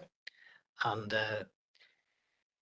they confirm that the car parking requirement is for 3 spaces, and that's the equivalent, it's the same as the current use as a 5-bedroom dwelling, and that's as is extrapolated from the parking standards. DFI Roads note that the parking survey that has been submitted by the agent is not considered to be fully robust. However, they have no objection to the proposal. Environmental Health have been consulted, and they provided fairly standard advice in terms of the HMOs about potential for how to overcome noise transmission between neighbouring properties, and also an informative about how the property should be managed and licensed in accordance with HMO licensing. Historic Environment Division, HED, has no objection in relation to the impact on listed building or archaeology. In terms of representations, I think we've received 31 representations from letters of objection from 11 different addresses, and those include from the Lions Party and from a residents association for Crawford Square. All of the objections are summarised in some depth there in the report, members, and laid out and highlighted sort of the main ones below here. The main issue, as I say, is about parking. That there's currently severe congestion, double yellow lines. They say that the parking situation hasn't improved from the previous application, which I'll go on to talk about. It's parking and the parking assessment and issues around that. Also, loss of residential character. Objections talk about that, loss of residential character. Also concerns about antisocial behaviour, noise, disturbance. They talk about the negative impact on the conservation area and the loss of its character. So, as I say, members, there's a more detail and have how that's all considered in the report itself. Those are the main areas of objection. Planning history, relevant planning history. There was an application before us just about a year ago, and the committee refused an application on this property for a 6-bedroom HMO. It was for an extension to provide an extra HMO bedroom, to go from 5-bedroom to a 6-bedroom HMO. Members did consider that and refused it on grounds of the parking situation. There has subsequently been an appeal to the Planning Appeals Commission, and it's referenced there, members, in the report. That appeal was dismissed on grounds of the parking in that, and as I said, I've given a link to it in the report, and it's a very relevant document, and hopefully members have the chance to consider it.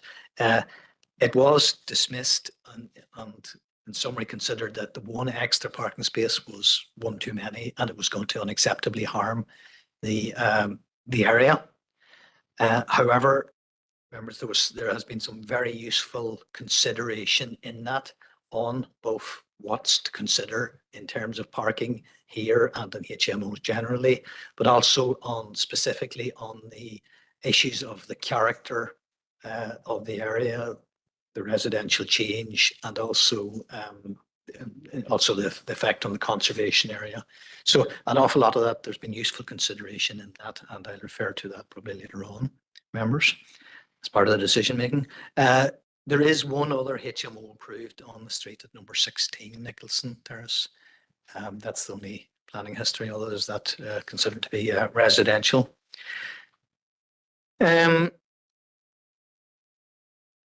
As has already been raised, there has been a late item which was put in your pack, and it amounts to a speaking request from Ms. Feeney, and also a photograph of traffic outside the window of the street, as well as there's been a copy of the conservation area document, which is put in with a certain amount of the text has been highlighted about the character of the area. So that has been considered here. In terms of the policy consideration itself, firstly, to look at the character of the area. The first policy in the Derry Area Plan, policy proposal CA5, is for the protection of the residential stock, and this is a residential area. However, HMOs are considered to be it's clearly set out as a residential use. So there's no change going from residential as a house to residential as a HMO. So that policy is met. It's not contrary to that policy of CA5. As I've indicated earlier, there's just one other HMO approved at number 16 Nicholson Terrace, the reference given there. And there's relatively few HMOs in the immediately adjoining streets. Therefore, the majority of the existing dwellings in the street remain in single family occupancy, and the overall residential character of Nicholson Terrace would not be significantly undermined by the introduction of a second HMO. This issue, importantly, has been considered by the Planning Appeals Commission in their recent appeal decision. Not only just came out there in June, that appeal decision, and they considered, even for if it had been for a 6-bed HMO, that they couldn't see the evidence. They weren't convinced that there was being unacceptable change to the residential character of the street. In terms of parking, the main issue, arguably, in this case is, and it is admitted and is clear, and from the representations from evidence, that there is current parking provision on the street, but it is limited. There are issues, and members will be very aware of that. There is some parking along Nicholson Terrace and surrounding areas, but it is limited, and there are pressures. The policy TR5 of the Derry Area Plan states that this site is located within a Zone B location, and that requires that says that, you know, it's a central location, and there is scope for the council to lower the parking standards if we consider that to be appropriate. In that regard, this is a central street. It's a fairly central area. It's close to Northland Road. It's close to bus routes. It's walkable distance to university, to the centre, a lot of facilities. And it wouldn't be unreasonable for the council to have taken, you know, a decision that we don't need to have the full parking requirement standards at this location. However, as I go on to say, that there is no material increase, so that we don't think that decision needs to be made. PPS 3, Planning Policy Statement 3, its main policy AMP 7, and the related parking standards, and this is reflected in the DFI Roads consultation response, as well as in the PAC report. They conclude fundamentally that the parking requirement for the existing 5-bed dwelling is to provide 3 spaces. The parking requirement for the proposed 5-bed HMO is still for 3 spaces. So there is no different parking requirement in accordance with the parking standards. And that's what policy AMP 3 directs us to do, is to apply the parking standards. Therefore, whilst it is acknowledged that the parking pressures do exist in the immediate area, there's no additional parking area for the proposal, and on the face of it, it will not exacerbate or add to further parking demand within the immediate area.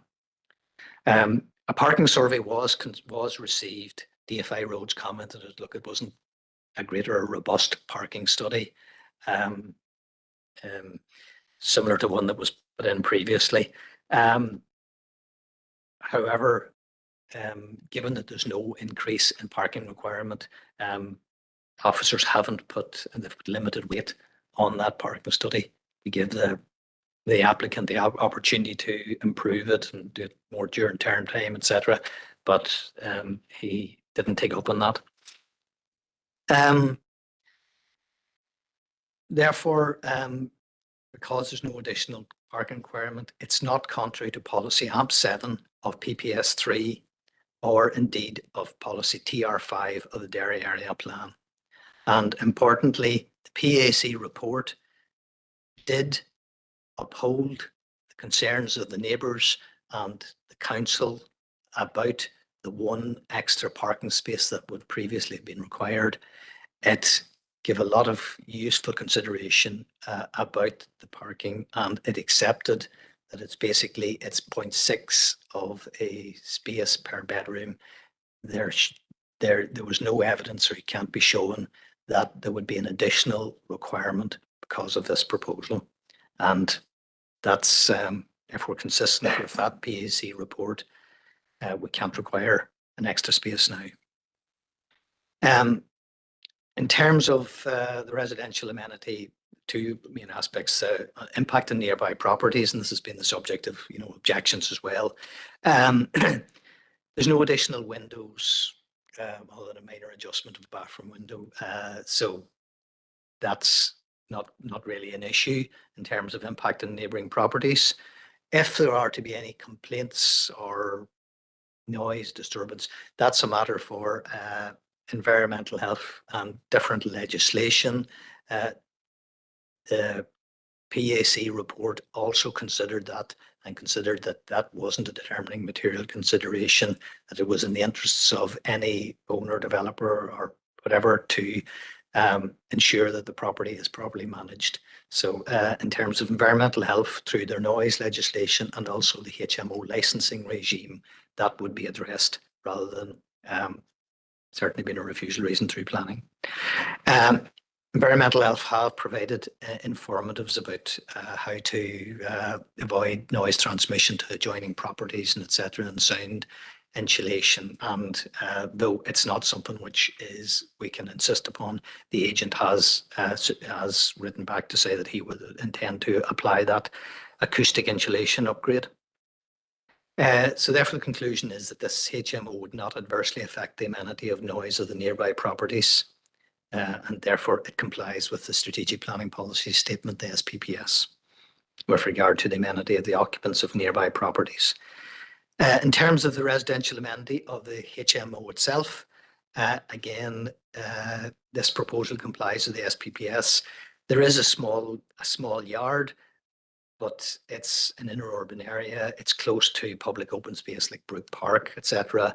There's also sufficient space for bin storage within the area, and that meets the requirements. In the property itself, it's got a shared kitchen, living space. It's self-contained use by these people. The bedrooms are over the property. They're of an acceptable size for each occupant when measured against the HMO Act and regulations. They're not large, but they do comfortably meet the standards in the HMO regulations. So therefore the conclusion is this proposal does comply with the SPPS regarding the amenity of the occupants of the dwelling itself. The other issue is about the character of the Clarendon Street Conservation Area. The conservation area is designated as such. It's a conservation area of architectural or historic interest and character. There is practically no, as I've said, there's practically no external alterations to this dwelling, so it can't affect the architectural character or historic character of the area. It's only internal alterations. In terms of a HMO itself, that's a fairly fine balanced argument. If as to whether that could unacceptably affect the character, the architectural or historic character of a conservation area, it's with a very limited. And again, the PAC in its consideration did address this issue and concluded that there's no evidence to say it would unacceptably harm the conservation area. So we've taken on board, that issue as a lead item from the objectors, but it certainly couldn't be sustained as a refusal reason. So in conclusion, members, the proposed HMO use at this location, it is an acceptable form of development when assessed against all current planning policies.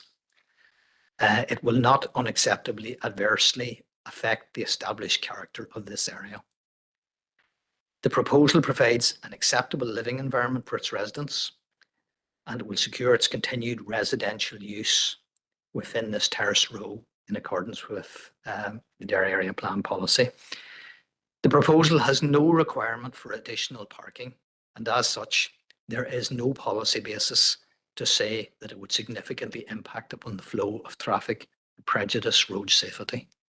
Therefore, it meets the PPS 3, AMP7, as well as the Derry Area Plan policy. And as I said, that last point, the proposal will not adversely affect the character or historic architectural character of the Arndon Street Conservation Area. In considering and reaching at this recommendation to approve, members, officers have taken account of all the planning policies and any other the other material considerations, including all the representations received. Okay, members, that's the recommendation. Thank you. Yeah, thank you for that. Conscious, we have Kathleen Finney with us today and speaking on behalf of the objectors. So you can come forward now, Kathleen. Thank you.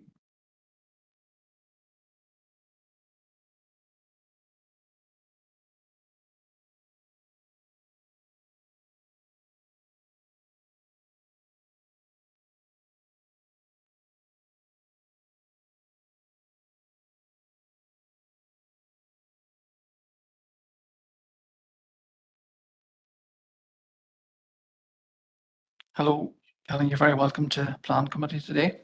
Listen, you have 5 minutes to address the committee, and I'll give you a shout about 4.5 minutes and ask you to wrap up your comments. Thank you. Good afternoon, members. Thank you for allowing me to speak again today.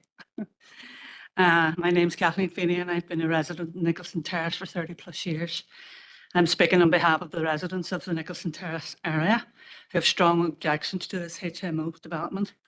This is the second planning application for HMO status on this property. The previous application was refused by the council as recently as October 2023. It was subsequently taken to the Appeals Commission as recently as May 2024 and was also rejected. The objections to this HMO presented to the Planning Committee on the 4th of October 2023 and the Appeals Commission remained the same. We are aware that the application has one less bedroom. However, we believe that this would make no difference to the problems of our street and area. 1 Nicholson Terrace is a historically significant townhouse dating back to the 1860s and situated within a very close-knit community of family homes and amenities. We, the residents, are proud of our area and want to protect it from further exploitation. We believe we have valid reasons to object to this already converted HMO, which proceeded without planning permission or a HMO licence. Our objections include: we believe that the planning reports are flawed. They do not give a true reflection of the problems with respect to parking and congestion and appear to contradict the Council's policy on road safety, contrary to AMP7 of PPS 3. As it is bounded by Brook Park on one side, Model School on the other, and Foylview Daycare Centre on the other, Nicholson Terrace only has 2 very narrow entries from a very busy Academy Road. There are 104 houses in this area that are serviced by these roads, resulting in traffic congestion, parking on footpaths and double yellow lines. Regular blind spots on the junction of Nicholson Terrace and Academy Road are also common when vehicles are parked on the footpath and/or double yellow lines. It is particularly dangerous in the mornings and afternoons when the children are attending school, and some of my photographs have shown that. As far back as 2017, the PSNI and PCSP drew attention to the dangers of parking close to primary schools. Access for emergency and delivery vehicles are also restricted. The parking on footpaths is particularly hazardous for disabled residents. There's a new cafe that has opened on the junction of DeBurgh Square and Mountjoy Street at the rear of the property. This causes more problems with traffic regularly every day. Residents on the side of the property have difficulties with refuse collection as they frequently cannot find spaces to put out their bins due to parking on the footpaths. 19 of the car parking spaces highlighted in the initial road survey are adjacent to the model primary school on the Academy Road. These spaces are restricted to a 1-hour parking between 8 AM and 6:30 PM, Monday to Saturday, therefore are not viable for residents. The timing of the road surface from the previous application was extremely misleading. 23:03 hours, 00:15 hours, 00:10 hours on the 19th, 21st and 22nd of June, when the students had finished term. Again, on the second application, the timings of the road service were also misleading, as many students will be finished their term for these dates. They were taken 22:58, 23:42 and 23:54 on the 14th, the 15th and the 16th of May. The times of these recent surveys are also misleading, as nighttime is not when the worst parking and traffic problems exist. The Appeal Commission has provided further evidence of this. She made 2 visits to the street and concluded that it was most definitely contrary to AMP 7 PPS3. I would like to dispute the planning officer's claim that there will be no difference in the parking requirement for the HMO compared to a normal family home, 3 parking spaces. The residents in the HMO will most probably be from 5 different households, from outside Derry, most likely students, and therefore could require up to 5 extra parking spaces. Already the street has obvious existing critical parking problems, and this would be exacerbated by this further influx. Okay, Kathleen, if you can bring your comments to Just a close. wee bit left now. Is Wee that bit. all right? I would also like to dispute the planning officer's claim that there's no oversaturation of HMOs in the area. There are already many HMOs in the area, approximately 15 to 18, in Nicholson Square, Stewart's Terrace, Mountjoy Street, Demolion Park. The area is becoming oversaturated, similar to areas in Belfast, with increasing similar problems resulting in a ruthless dissolution of family areas and commute. Since the influx of student population in mid-September 2023, there's been obvious increase in noise at night and early hours, which is detrimental to working families, especially children. And since the last application, there continues to be problems of noise and disruption, and also attempted house break-ins and car break-ins. Council safety wardens have regularly been in touch with the residents. We believe that there have been... Let me finish. Okay. All right. But over time there, No, I Kathleen, think but thank you for your comments. Listen, just who we are, if there's any members of the committee, has any questions for Kathleen, please? Anybody online has any questions for Kathleen?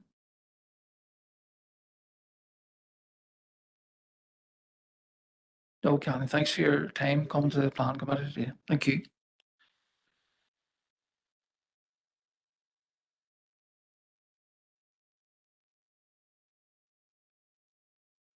Okay, can I call Councillor Harkin forward into the chamber?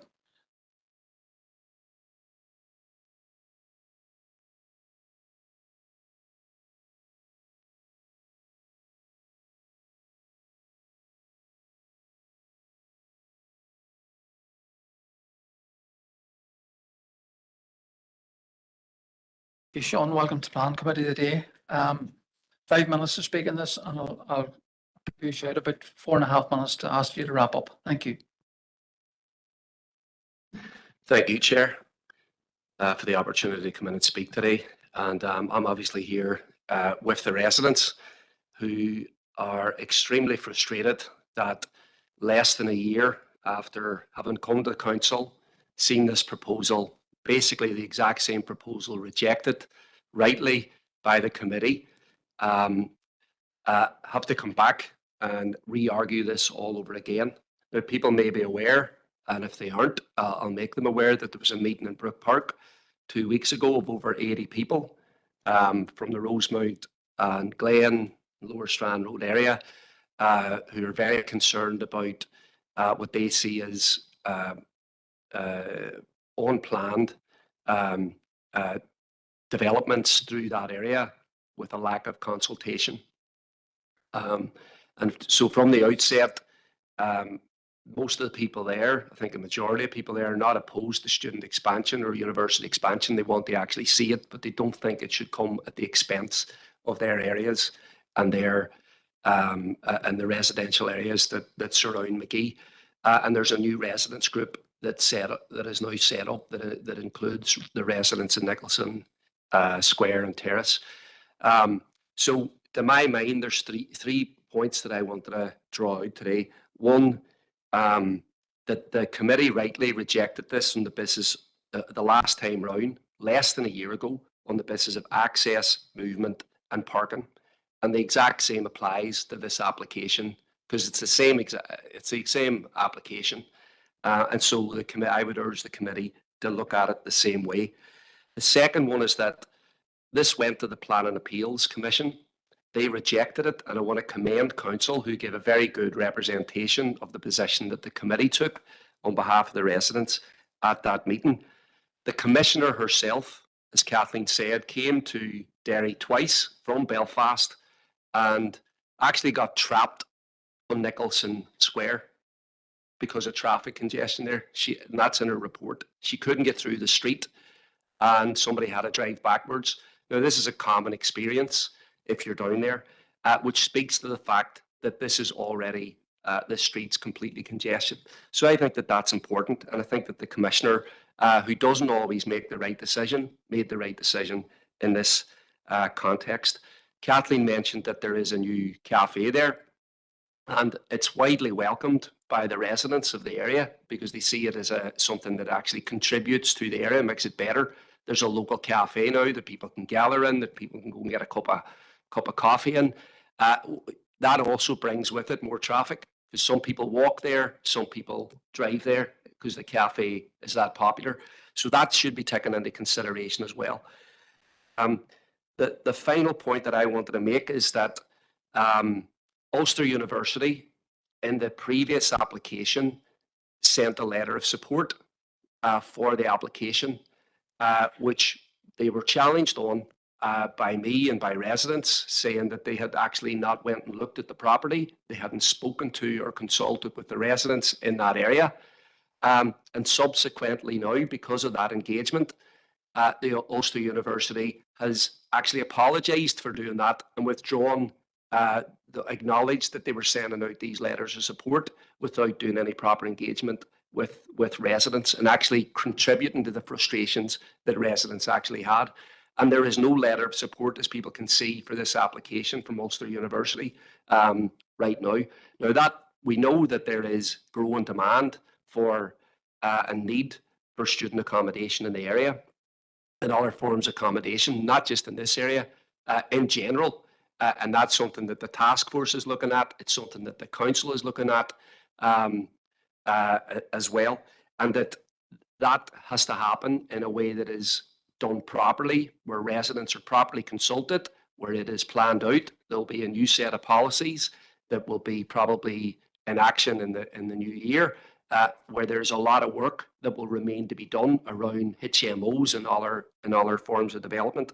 You just bring your remarks to an end now. Thank you, Chair. So I think that, and I want to appeal to the committee members to stick with the decision that was reached the last time round, and acknowledge that residents' voices and concerns have to be properly heard, and that they are. I think it's frustrating for them today that they have to be back here once again. Thank you, Chair.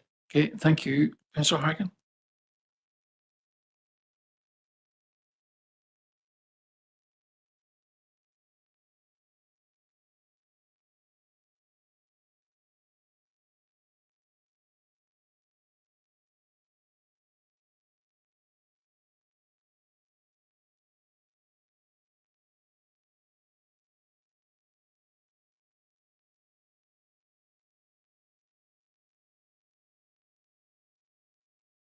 Okay, members, so, we did have an indication that the agent would be speaking today, and he was recorded to be attending, but unfortunately he's had to go. But under the Rules Committee, we are able to read out a statement, and Maura's going to read out a statement first. Thank you.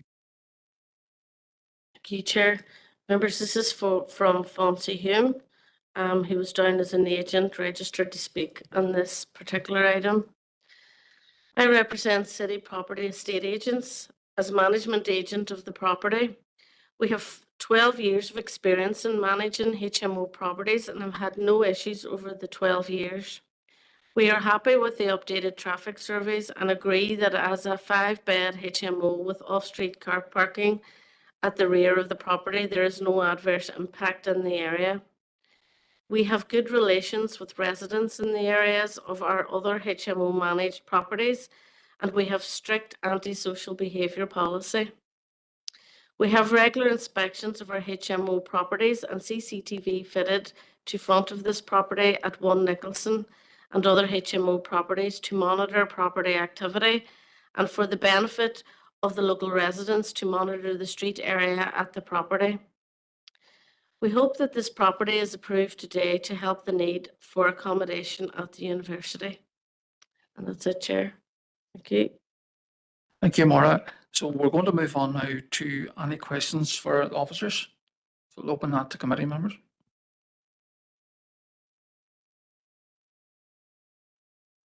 Councillor Jackson. Good Chair, and thanks to Francis for the report. A very, very detailed report. And it is, I would share the concerns of the residents in relation to of the frustrations, our frustrations around being back here. But reading the report and listening to Francis's presentation, it's become even more frustrating because not only has it come back to us for a decision, albeit that the application has changed from 65. We have the PAC determination, and it sort of lays it out very clearly around what grounds we can't take a decision on. And I just wouldn't mind a wee bit of an explanation. It was previously refused on access, movement, and parking. Now,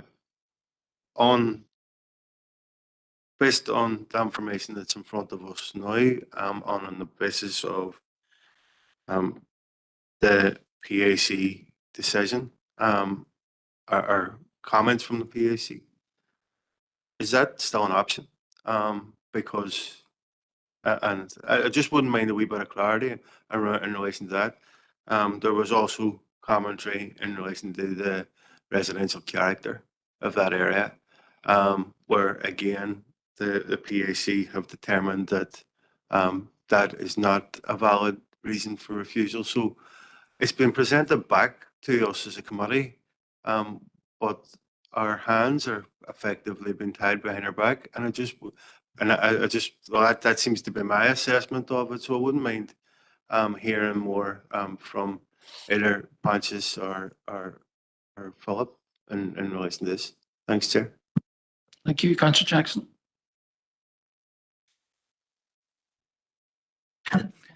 Right through the chair. Thank you for the question, Councillor.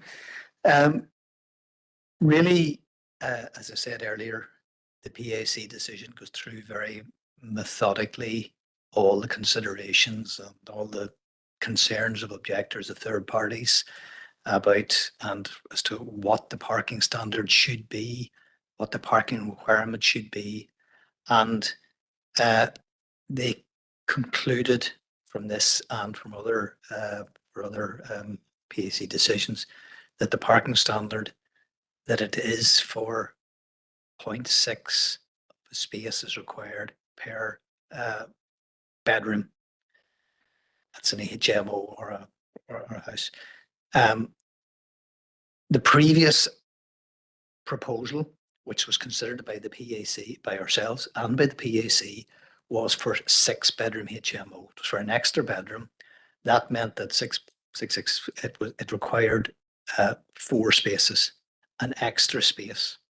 And if you read carefully the PAC report, that's what it all hung around. They said, I know the commissioner said, look, as we all know, the parking situation is very poor, it's very tight, it's all sorts of problems. And to provide a development which would require an extra space, that crossed the line. There was no scope. They said that it would be unacceptable for a development for 6-bed HMO because that would require an extra parking space, which simply is not there in the area. Clear on that. This proposal is for a 5-bed HMO. I know I said it, It's for 5.6s. It's for 3 spaces. That's exactly the same as the parking standard says the requirement is for at the existing house. There's 5 bedrooms. I know that people can conject that 5 HMO persons might have more dwellings. The commissioner could see that there's no evidence for that. The same way in that same house could have 5 adults. It could have 5. It could have 4 or 5 spaces. But the requirement for the existing house is 3 spaces. The requirement for the proposal is still for 3 spaces. Regardless of how bad the situation is at the minute, this proposal would not make it any worse.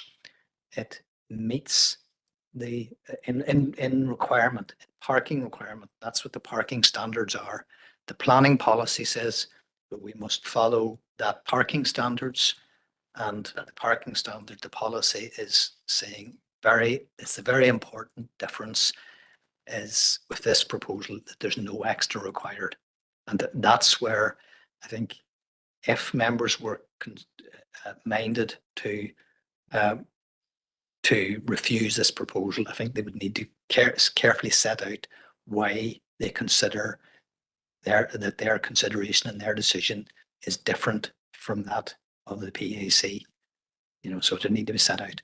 As for the second point, just on the amenity and the character of the residential of the area, I think the commissioner did carefully consider it, and I think it's probably consistent with their consideration from other commissioners in other HMO appeals that we've had over the past few years.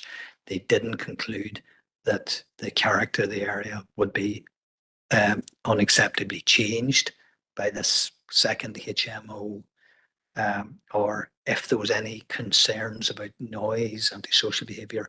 That's other legislation, primarily HMO licensing and EHD. If there are concerns, the PAC considered the parking requirement, but they also considered about access for residents, access for emergency services, and they said, and they went out and saw it themselves, but they concluded that there wasn't the evidence to substantiate a refusal reason on that basis. So I think if we're going otherwise, we would need to say, well, why we believe it's different. Thank you. Thank you, Something there, Philip? Yeah, and just to address, I think central to your question was the extent to which the council's hands are tied by the decision which has been made by the PAC.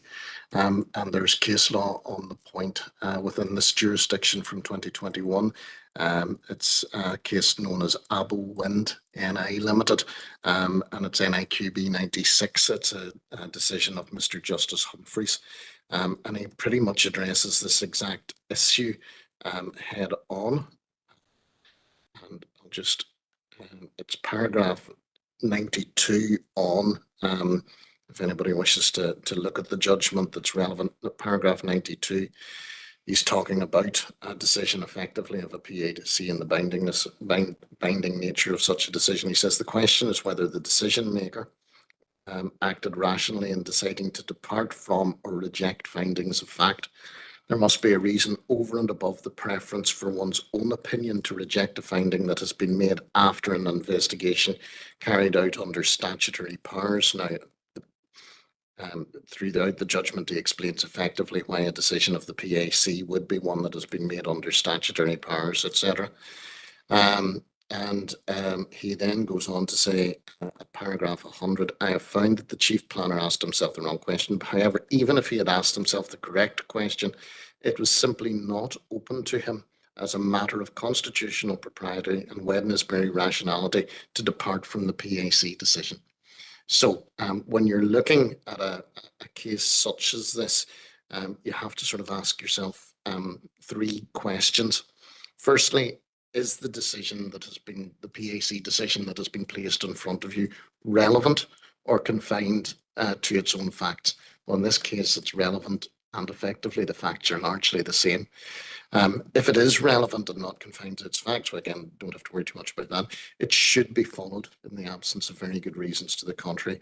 And if it is going to be departed from, clear and cogent reasons need to be given. So we are right at the very top end of that threshold in this particular case, because the findings of fact that have been made by the PAC are almost directly on point to this specific application.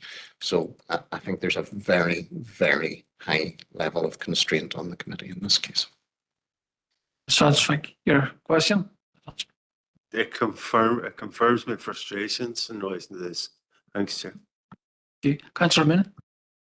Thank you, Chair. And I think that's Councillor Jackson beat me to the punch. I was just going to ask the same question. And really, when I was actually sitting this morning, I was reading the judgment again, the 10 pages, and effectively it's on all fours of this application.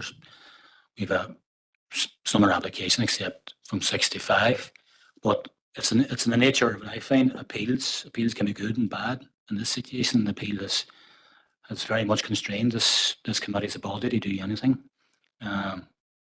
or to go to any other direction. That's my own view on it at the minute, given the fact that the advice that the very helpful assistance that Philip has given in relation to that judgment. But I do thank Minister Harkin and Kathleen for coming in here and presenting again. She was here last year when I was chair, and I think we found last year that there was a decision was made, but unfortunately this was appealed, and the appeal now has come back, and it's very constrained, this committee's ability to manoeuvre in any other direction. That's my own view. But on that point, I'll leave it anyway. But thank you to Approaches and Develop for clarifying those matters. Thank you, Councillor Minnie. Any further questions? Anybody online? I can't see anybody else indicating they want to speak. So there you are, members. We have a recommendation to approve application of the change of use from an existing 5-bedroom dwelling to a 5-bedroom HMO at 1 Nicholson Terrace. If you've any further comments or proposal, take them now. Councillor Mooney. Chair, given my previous comments, there is no way that I could mount any reasonable refusal reasons, so therefore I am going to propose the officer's recommendation in this matter. Thank you. Thank you, Councillor Mooney. Do we have a seconder? And Alderman Montgomery. Yeah, thanks for letting me in. I think Councillor Mooney has said it all, but I'm happy to second the proposal. Thank you. So we're going to go to a vote on this. So it's a proposal to accept the officer's recommendation from Councillor Mooney, second by Alderman Montgomery. Maura, can you take the vote, please? Thank you. Thank you, Chair. Members, this is item 3, and it's a vote to propose to accept the officer's recommendation to approve. Alderman Keith Kerrigan. For Maura. Okay, thanks. Alderman Neary McMorris. For Maura. Thanks. Alderman Janice Montgomery. For. Okay. Councillor John Boyle's apologies. Councillor Caroline Devine. Aye. Thank you. Councillor Sean Fleming. Ta. Thank you. Councillor Paul Gallagher. For Maura. Thank you. Councillor Christopher Jackson. Ta. Thank you. Councillor Fergal Leonard. Ta. Thank you. Councillor Patricia Logue. For. Thank you. Councillor Sean Mooney. For. Thank you. Councillor Patrick Murphy. Thank you. Councillor Martin Riley. For. Thank you. And Councillor Grace O'Neill. Ta. Thank you. It's unanimous, Chair. Okay, members, thank you for that. Conscious we've been going 2.5 hours. Propose that we take a 10-minute break. We'll start again at 1:15. And if anybody looks at that clock up there, it's not 25 to 6, it's only 25 to 5. So I'll see you all at 1:15. Thank you.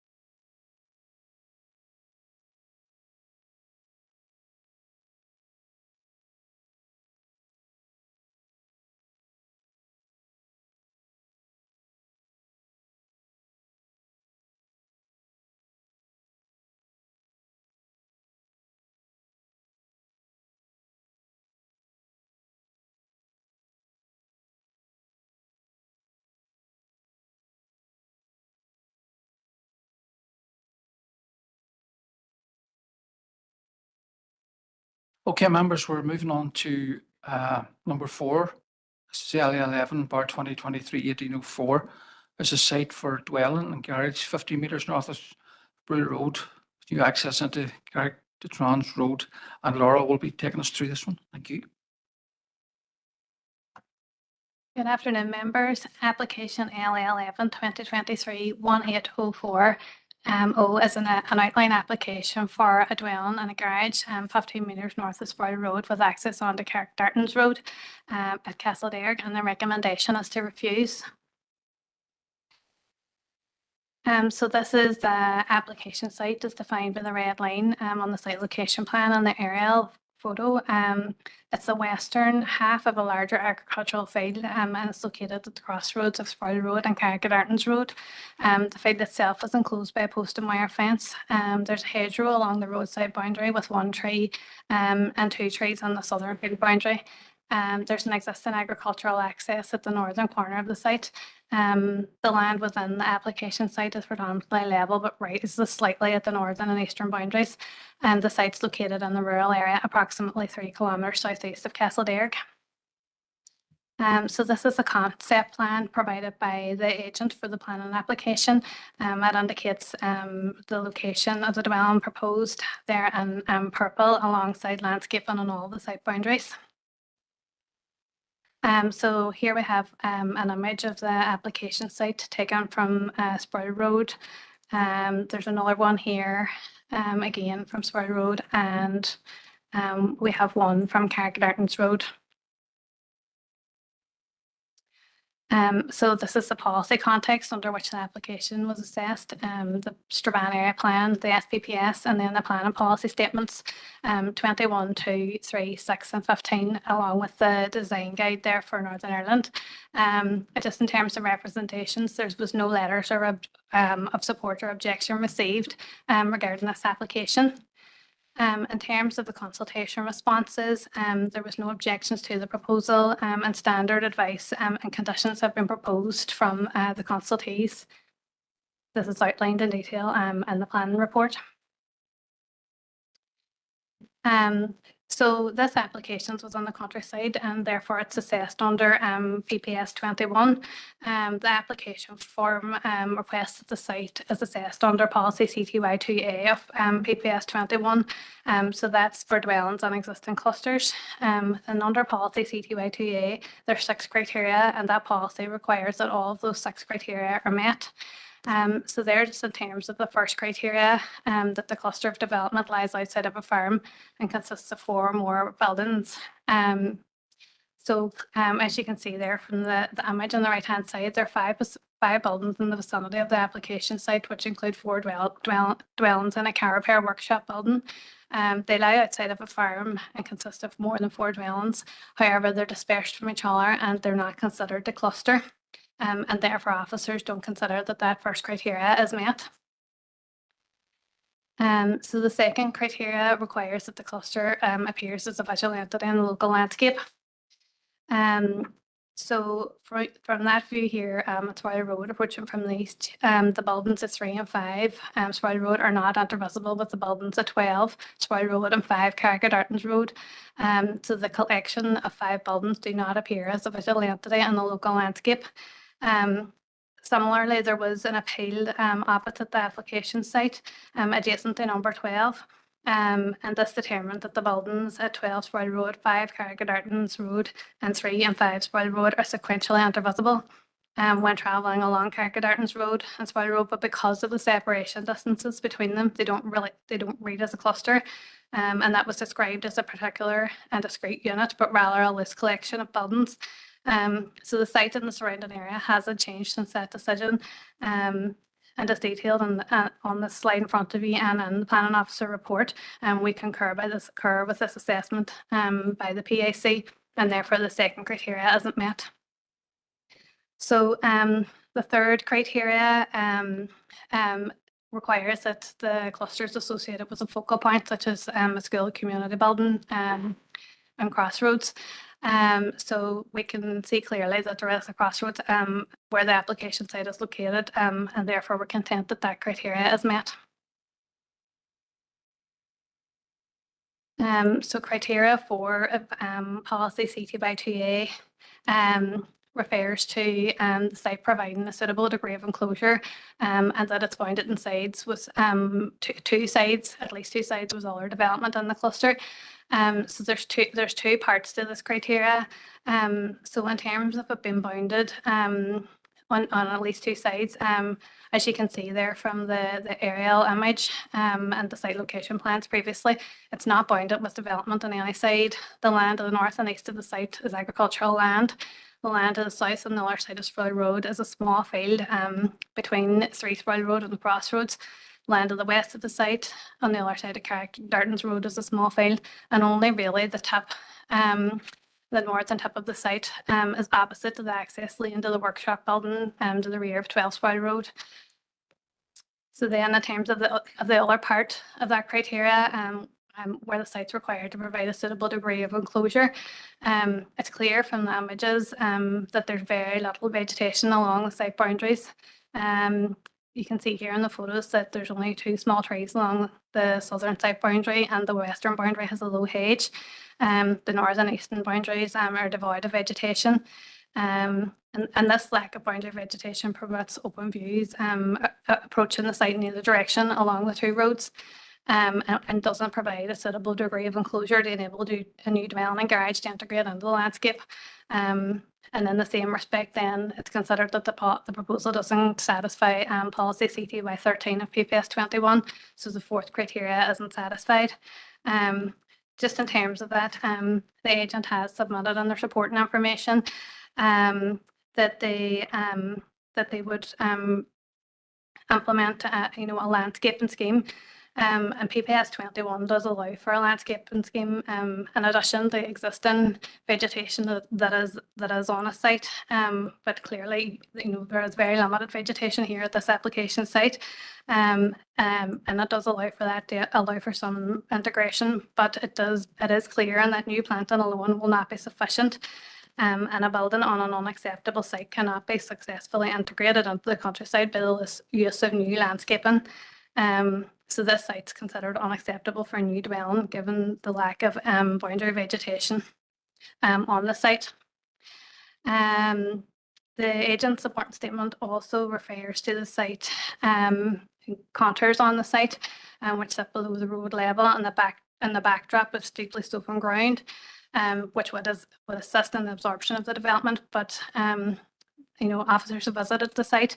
The site isn't considered to be significantly below the road level, and the officers don't consider that one backdrop alone, which is only apparent from one of the 4 approaches to the site, would mitigate against the unacceptable visual impact of a new dwelling, and this slight rise in the land wouldn't integrate a building on the site. So then in terms of criteria 5 of CT/2A, this requires that development can be absorbed into the cluster through rounding off and consolidation. So the proposal can't be absorbed into the existing dispersed buildings through rounding off or consolidation. The site clearly doesn't abut any of the surrounding development. The proposal would extend development into the undeveloped northeastern side of the crossroads and would visually intrude into the countryside.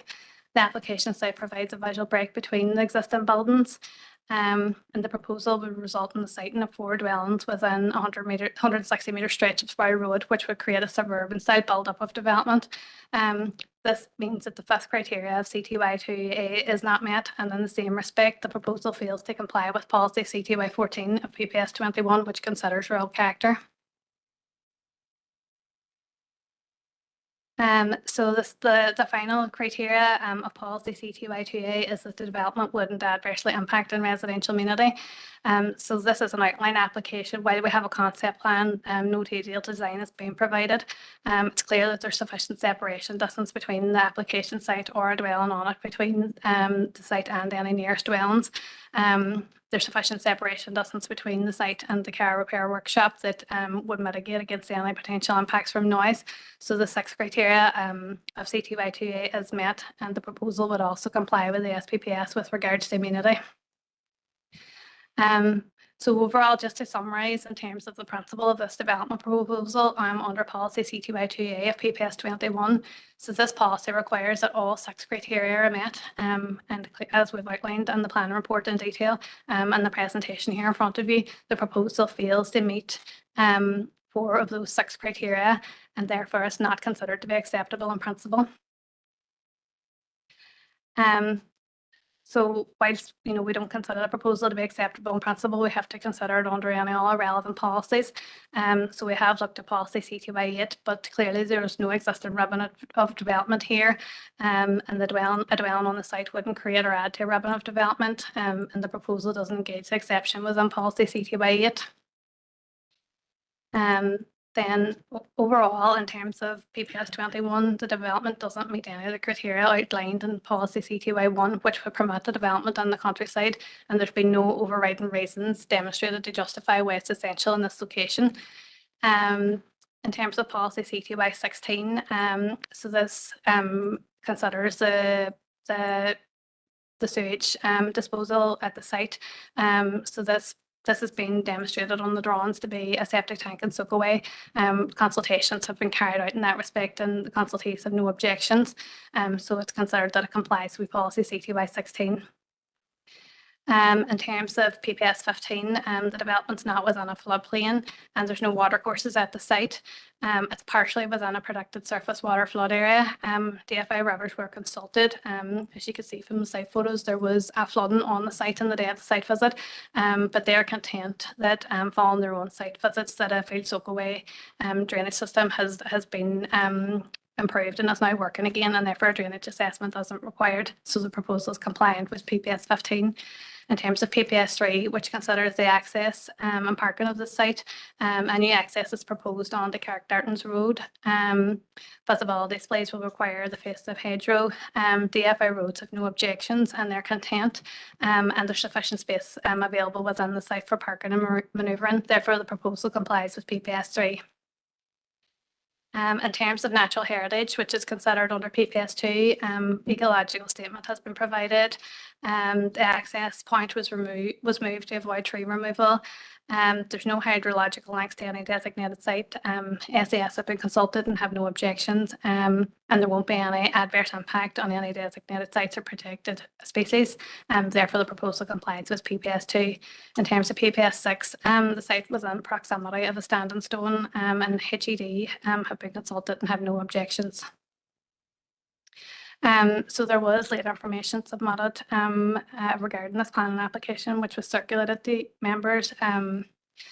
There's a supporting statement, a site appraisal map, and then a number of images. So the supporting statement is a resubmission of one which we had received during the processing of the application, and which we've considered on the planning report. Officers disagree with the assessments made in that statement, and again, it's detailed in the planning report.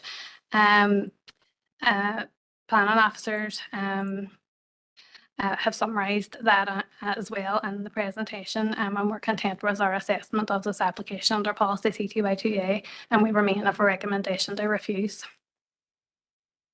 So just to summarise, the proposal fails to meet criteria 1, 2, 4 and 5 of policy CTY2A of PPS 21, and therefore is not considered acceptable in principle. It also doesn't comply with policy CTY1 of PPS 21, and that there are no overriding reasons which the proposal should be is considered essential in this rural location. And finally, the proposal will not visually integrate into the landscape and will create a suburban style build-up of development, which means that it's also contrary to policies CTY 13 and CTY 14 of PPS 21, and therefore refusal is recommended for the reasons as set out in the planning report, and here in the slide in front of you as well. Thank you, members. Okay, thank you, Laura. We have Nelson Young, who's the agent, who's going to address the committee. Go on ahead, Nelson.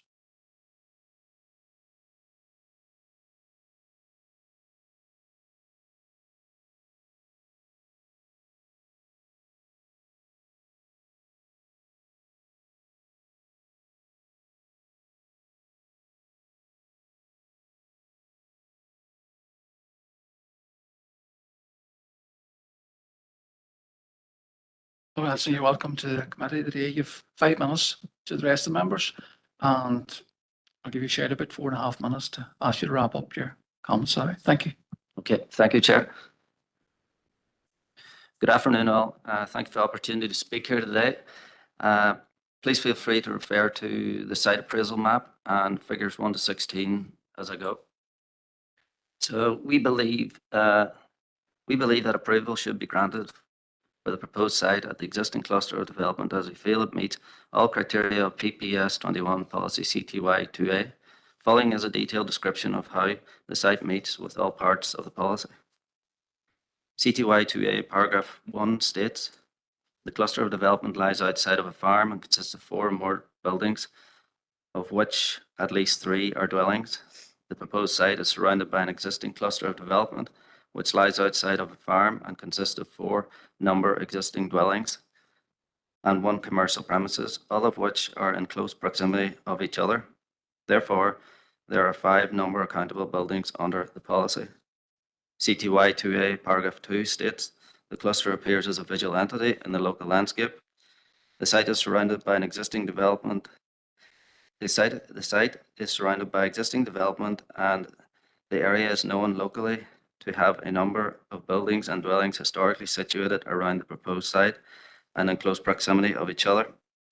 When approaching a site from all directions, the existing buildings appear clustered, visually linked, and can be viewed as a visual entity surrounding the focal point of Carrickadardens and Sproul Road crossroads. As a result, these buildings and dwellings appear clustered as a visual entity in the local landscape in accordance with paragraph 2, paragraph 3, CTY 2A. CTY 2A paragraph 3 states, the cluster is associated with a focal point such as a social/community building/facility or is located at a crossroads. The site is located at the crossroads of Carrickadardens and Sproul Road crossroads. This crossroads is an established existing focal point in the community and is recognized by the local community as such. CTY 2A paragraph 4 states, the identified site provides a suitable degree of enclosure and is bound on at least 2 sides by other development in the cluster. The proposed site has an existing mature planting on its western and southern boundaries of native species hedgerow and existing mature trees. This existing established planting on the western and southern boundaries provides the proposed site with a suitable degree of enclosure. Furthermore, the proposed site is also bound on at least 2 sides with existing development, bounded on the northwestern boundary by number 5, number 12, and associated commercial premises, and bounded by existing development to the south boundary corner by number 3 and number 5 Sproul Road in accordance with paragraph 4 of CTY 2A. CTY 2A paragraph 5 states, the development of the site can be absorbed into the existing cluster through rounding off and consolidation and will not significantly alter the existing character or visually intrude into the open countryside. Development of the proposed site can be absorbed into the existing cluster through rounding off and consolidation and will not significantly alter the cluster's existing character or visually intrude into the open countryside. Retaining and augmenting of the native species planting on the existing boundaries and the proposed planting of the eastern and northern boundaries and planting within the site will allow the development to be fully absorbed into the existing cluster and will not significantly alter the existing character of the cluster in accordance with paragraph 5 of CTY 2A. Also, planting will further improve and enclose the proposed development. Furthermore, the steeply sloping ground to the rear of the proposed site will further improve absorption into existing surrounding landscape. CTY 2A paragraph 6 states, development would not adversely impact on residential amenity. The development of the proposed site will not adversely impact on residential amenity as the existing cluster consists mainly of existing residential dwellings. Furthermore, the development of the proposed site with 1 number dwelling and garage will not alter or impact the existing residential amenity of the existing cluster and surrounding area in accordance with PPS 21 CTY 2A. Furthermore, we believe the application is in accordance with the overarching spirit of PPS 21 sustainable development in the countryside. The proposed site is within an existing cluster of development and is surrounded with existing established countryside dwellings. In closing, we would like to thank you all for your time in considering our proposal and our supporting comments. We hope that we have sufficiently demonstrated a recommendation for approval. Thank you. Thank you, Nelson. Just wanted to open the floor now to any questions from members for Nelson. Councillor Mooney. Thank you, Chair, and thank you to Nelson for presenting today on behalf of this application. Just one of the things in the pack that I suppose I have to raise with you anyway is in page 98, in which it says there's a, and which is directly relevant to C2, CY2A, and that's it was mention made by the case officer in relation to an appeal in 2011 in relation to this particular area. And what it says is the appeal site was not sited within an existing cluster of buildings. The buildings at 12 Sproul Road, 5 Carrick-Durtons Road, 3 Sproul Road and 5 Sproul Road are sequentially indivisible when travelling along the road and Sproul Road, but because of the separation distance between them, they do not read as a cluster, in particular in the street unit, but rather as a loose collection of individual houses. So for me, that's probably a key, and that's probably a particular aspect I need to bring up to you, because obviously there's an existing appeal from the site, and what the case officer goes on to say is that the site and surrounding area has not changed since that decision. So therefore, I was wondering, would you have any comments on that for me, please? Thank you. Yes, thank you for your comment. I wasn't aware of that document, but I think to get a feel for the site and how we feel that it falls under the criteria of a cluster, it's hard to see from pictures. So yeah, you really need to be on the site to really get the feel. We've always ourselves thought as a group of buildings and a cluster, so that's why we have come from that angle. Anything else, Councillor? But thank you for that reply, and I can understand where you're coming from. But obviously, as you can see, the previous application there was a PAC judgment, and obviously this is an RPAC judgment, which is which is directly applicable and relevant to this particular area. And I just really was looking for your views on it. What do you think? Is there any way that we should stand over it, or is there any way that we can disregard that judgment? Obviously, given what I've read out. Thank you. Well, I guess that if that was the decision back then that's the decision. Yeah. Okay. Thank you. Councillor or Alderman Kerrigan, go ahead. Thanks for allowing me in. And I was just again, there is an issue that'll be a question though for Laura in regards to the following on from Councillor Mooney's query there. But in regards to this application that you have in here now presently, Nelson, there is no difficulty in regards to conditions and landscaping and in regards to house type or ridge height. I mean, there's no difficulty in regards to that, I'm assuming, as what this is outline application, and you would be content with whatever conditions or rulings were put on the application if it was minded that officers were to approve, or if it was minded that the committee was to approve and officers had said conditions. And just following on from that, there is the element of enclosure, and it is a cluster. Knowing the area well, I would have referred to that as a cluster, and I do feel that there is an element of enclosure there on the site regarding what road you're travelling on. But there's a bit of difficulty, I suppose, travelling up the Sproul Road from Castleban, travelling north along that there. There will be a bit. I know you have the backdrop there of the rise in landscape, and you do have the dwelling robs there across the way. But I'm just looking a wee bit of detail there in regard to the site enclosure and what you would feel that you could do in regards to enclosing the site and incorporating it into this cluster's when it would be done. Thank you, Chair. Thank you, Keith. Yes, in terms of what has been said about the planting on the boundary, the northwesterly boundary has probably a total of 4 trees on it. I think it was stated that there was 1. And the southern westerly boundary has a 2, which was stated.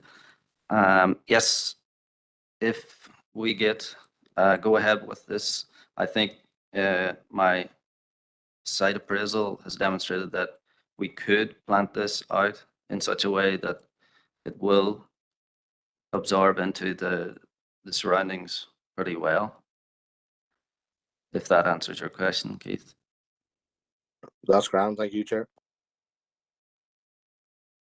Any further questions from anybody in the chamber or online? No more questions, Fiona Nelson. Thanks very much for addressing the committee today. Thank you.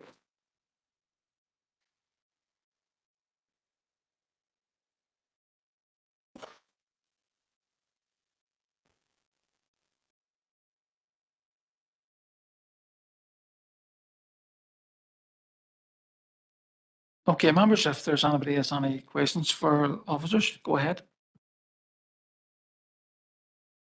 Councillor Devine.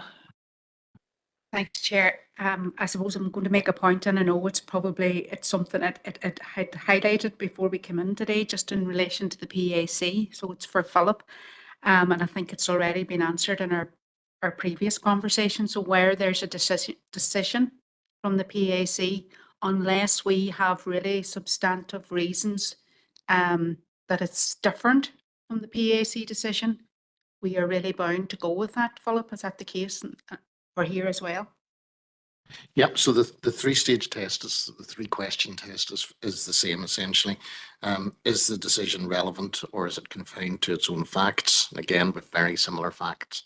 In this case, if it is relevant, not confined to its facts, should it be followed in the absence? It should be followed in the absence of very good reason to the contrary, and unless there are clear and cogent reasons why it should be departed from.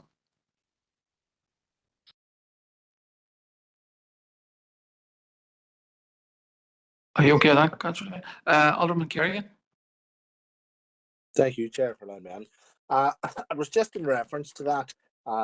Apologies, I'm not present in the chamber today, but it's in regards to the PAC ruling, and in regards to that, there was, as far as I recall, I know that came up before in regards to the building there, Rob's, and it did come up before this committee before, and I know it went through PAC, and I know there was an element of success in regards to Mr. Rob's application, and I'm just asking the question as well: was the cluster may not have been amended, the dwellings here at this site may not have been amended, but I do believe that I recall from a previous application that came in to this committee that the little garden, I'm going to call it there, at that crossroads, which would be on beside the car repair workshop, and in there was to be planted into an orchard, as far as I recall. And I feel that that would make a difference to the dwellings and what is on the ground on that site. But I do believe that was something that was stated at a previous committee meeting in regards to this. And as I know, that's a separate application, but planning was granted at that stage, as far as I recall. And it does have a bearing, in my view, in regards to whether this is designated as a cluster or not a cluster in regards to a ruling. I'm just trying to recall exactly when that took place at the meeting and the date of the PAC information there that Philip has been referred to and that Laura has referred to. Just to get clarity in my own head. Thank you, Chair. Alderman Kerry, just confirm that as a question to the officers there, just to clarify that.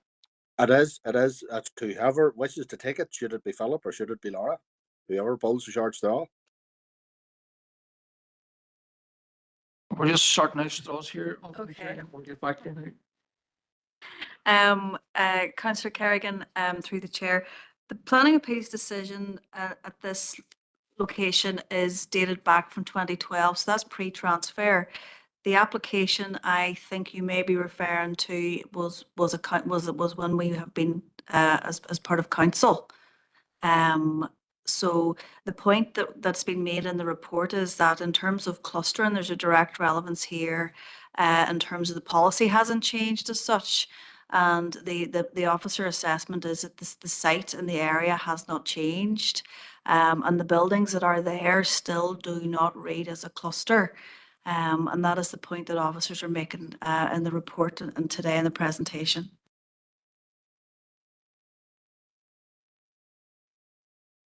Thank you, Suzanne. Any other further questions for officers?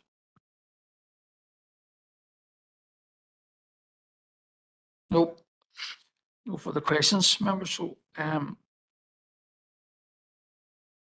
we have a recommendation there to refuse this particular application. So I'll hand it over to yourselves. Do you have any further comments or proposals that you wish to make?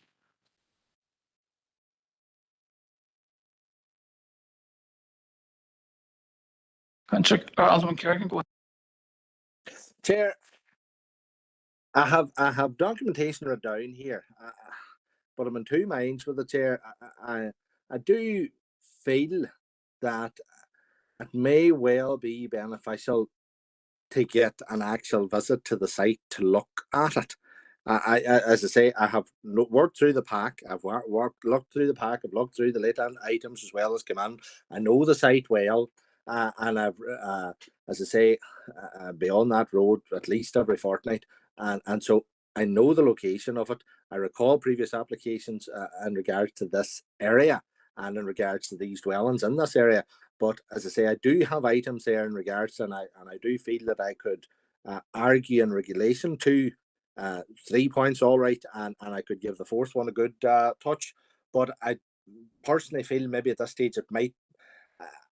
I would really prefer to get a site visit so that members could actually get a look at it, because I do feel when you're on the ground and you're looking from each of the 4 different points coming to that crossroads, I do feel there is an element that it can be integrated and it can be worked on, and I might be more minded to propose a site visit and that we defer this application just to get that, and then I can maybe bring this in again. So if you're content, Mayor, or sorry, Chair, at this stage, thank you.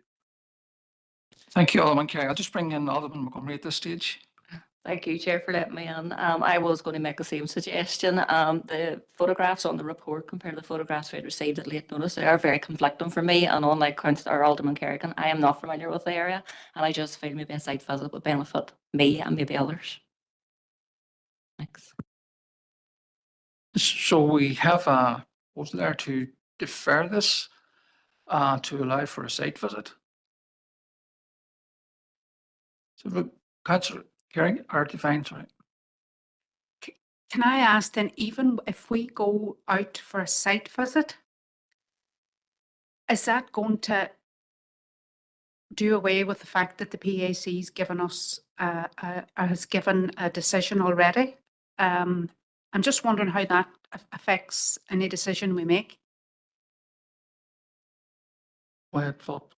Yeah, I think it is relevant, in that obviously one of the elements of the questions that you're asked is whether or not the decision that is made is confined to its facts.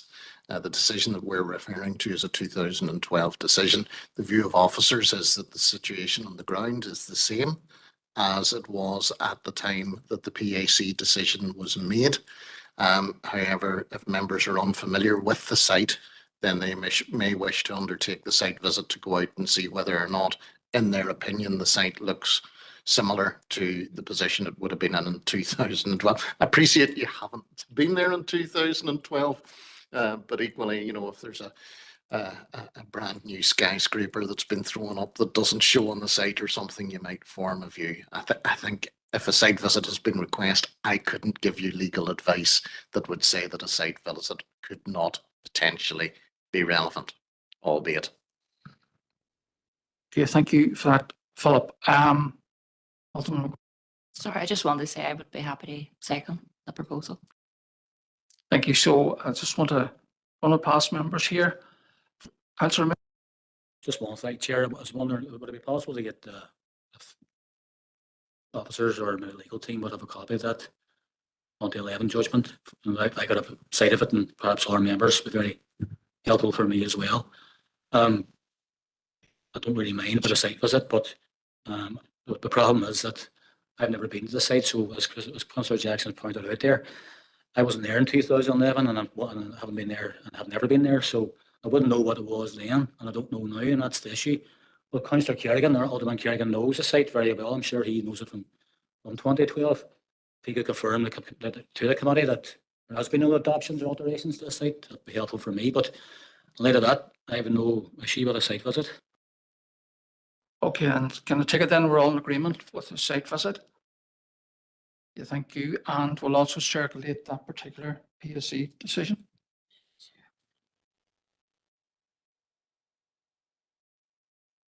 I'll just bring in more at this stage. Yeah, there's a possibility we would still have that historic file, and there would be, obviously at the time, officers would have taken photographs, and maybe as part of the appeal submission, there might be information that might help as well. So if we find it, we will circulate that as well. That'd be very helpful. Thank you. All right, thanks. Okay, thank you everybody for that discussion. We'll move on. So we're going to have a site meeting on that one. We're deferring that. So we're moving on to number 8. This is a proposed 20-metre high street pole telecommunications mast on the junction of Crescent Link and Lisnagalvin Road. Malky. Thank you, Chair. Item 8 is L11 2022-1143 is a full application seeking full planning permission for proposed 20-metre high street pole telecommunication mast, colour RAL 7035 and free number associated equipment cabinetry located on an area of adopted footpath, and the officer's recommendation is to refuse. The application site is set out before you and also within the case officer report in the site location plan. It is located to the south of what's known as Lisnagalvin District Centre. You have Tesco's and the car park, etc. And it's located on the pedestrian cycle footpath along Crescent Link. Shown here in the very small red line here on the site location plan, and you can get an idea of the overhead view as well. So it's along the path travelling from the roundabout at Altnagalvin to the junction, turning into Lisnagalvin District Centre and etc. So here's a photograph. As I say, it's located on the northern side of the dual carriageway. It's on the opposite side of the road from Altnagalvin Area Hospital. And so it's going to be located on the footpath in this general location. And the block plan will give you a clearer view. So the shaded area there would be the footpath. The red line is the location of the monopole, and the associated cabinets then are also proposed along the footpath, stroke cycleway. So in terms of the details, it's a 20-metre high street pole telecommunication mast with the associated cabinets.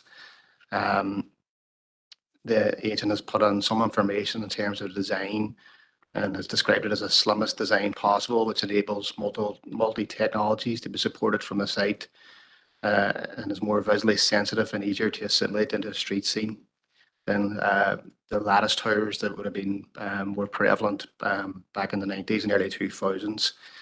The proposed cabinets will be finished in steel with a powder-coated finish in grey.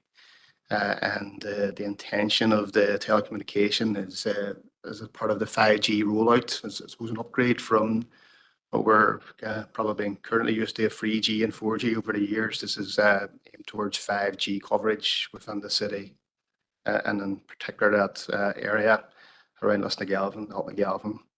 So the policy framework set out within the case officer report includes the RDS, the area area plan, and the number of relevant policies set out within the area area plan, the SPPS, PPS2, natural heritage, PPS-free access, movement and parking, which is particularly relevant in the recommendation in this case, and PPS-10 telecommunications, which is the primary retained policy in relation to telecommunication masts. So in regards to the Dairy Area Plan Policy PU3 states the telecommunication apparatus which requires plan permission will normally be permitted provided it does not detract from the natural or man-made environment or character of a setting. Regard is required of the technical requirements of the apparatus and the potential impact of the development. The SPPS provides further advice in relation to the assessment of such apparatus and advises that the overall aims and objectives of the plan and policy that they are an essential and beneficial element of everyday living for people and visitors to the region. And in terms of plan and policy, TEL 1 gives more direction, which is similar in nature to policy PU3, and that it states that proposals that will not result in unacceptable damage to visual amenity or harm environmentally sensitive features will normally be approved, and proposals should be cited and designed to minimize such impacts. So it's set out in the case officer report. The officer has considered the impacts in relation to visual amenity and the wider environmental impact in this location. Has considered this location would be an acceptable location visually to site such a mast. In terms of impact on health, etc., the application has been accompanied by a declaration of conformity known as ICNIRP. We've consulted environmental health, and they've advised that they have no objections to the proposal in terms of any impacts on health. So again, we've considered the visual design impact and the report and have no objections from an officer's point of view, and we believe it meets the policy requirements within the Dairy Area Plan, SPPS and TEL 1 in that respect.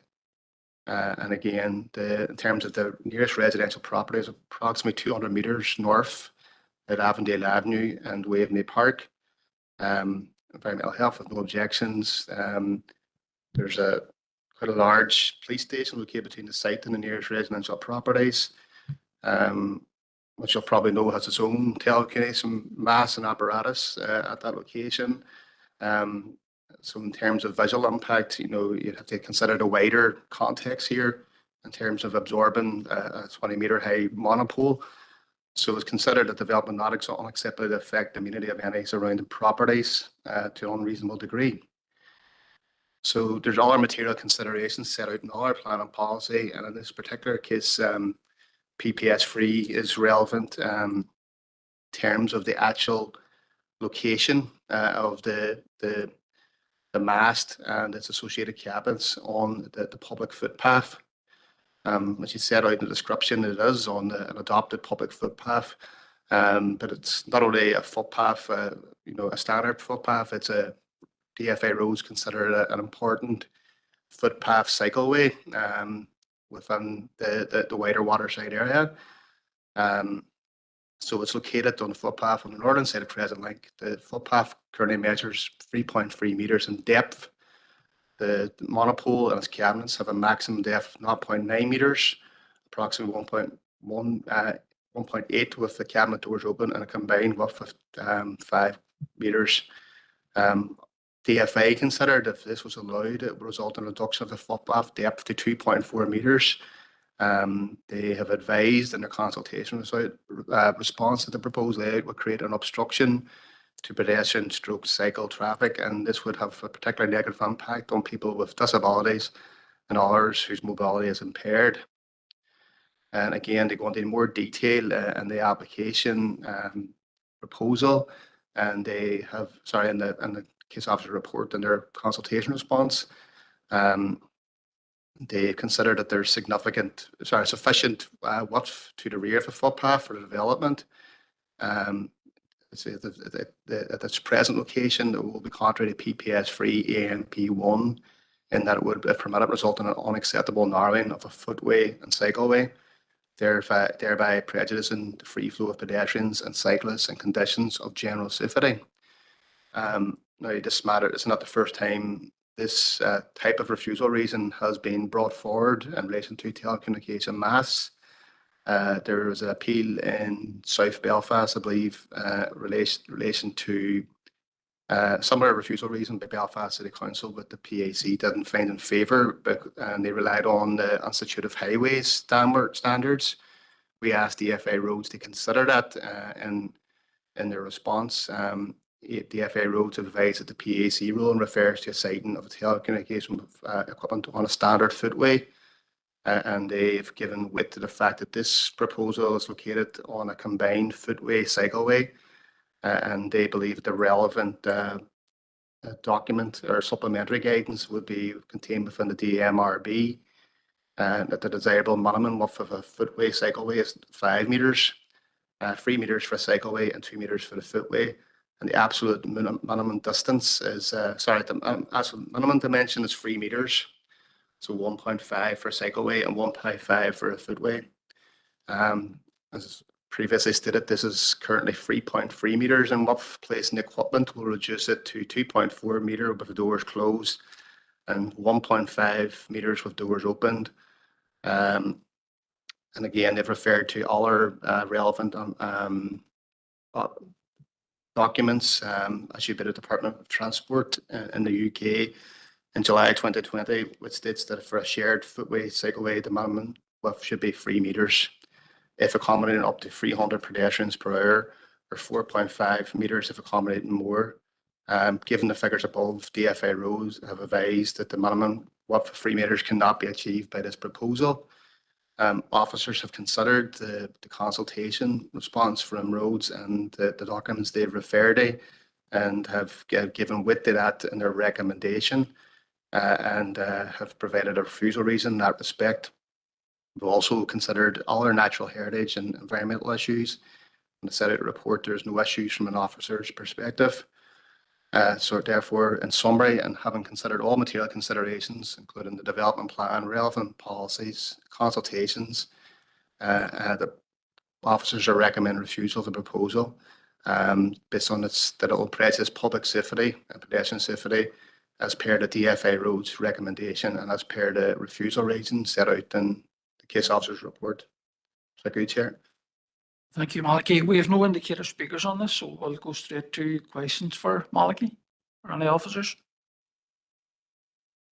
Does anybody online want to ask any questions of the officers?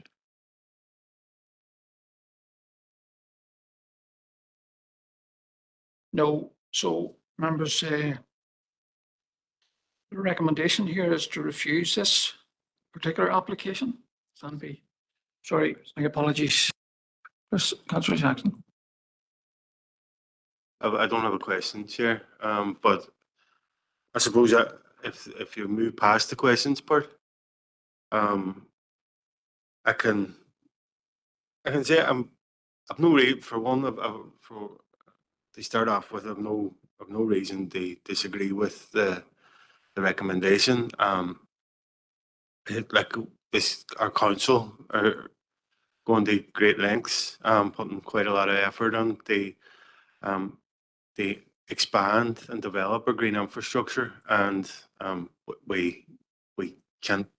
It wouldn't make sense for the planning committee to do something that's taken away from that, and but we are encouraging people to make a modal shift and the more sustainable modes of transport, and a big part of that is encouraging people to walk and use their greenways and cycle lanes. So that is a strategic direction of our council. So I would be supportive of the recommendation to protect and the recommendation to protect our green infrastructure. But I'm disappointed that the application wasn't withdrawn or cited somewhere else, and that wasn't taken into consideration, because I was encouraged to see that it was cited away from residential, a residential location, and our land causing an obstruction in the middle of our greenway. It would be perfect, a perfect location for telecommunications mast. So, and for the reasons that Malachi had outlined, so it was, and there's scope for it. It's there's scope within the vicinity to do it. So it was disappointing that the applicant hasn't withdrawn the application or made changes, but I've absolutely no reason to disagree. No, I wouldn't disagree with the recommendation at all, and I'm more than happy to propose that we accept the recommendation to refuse. Thanks, Chair.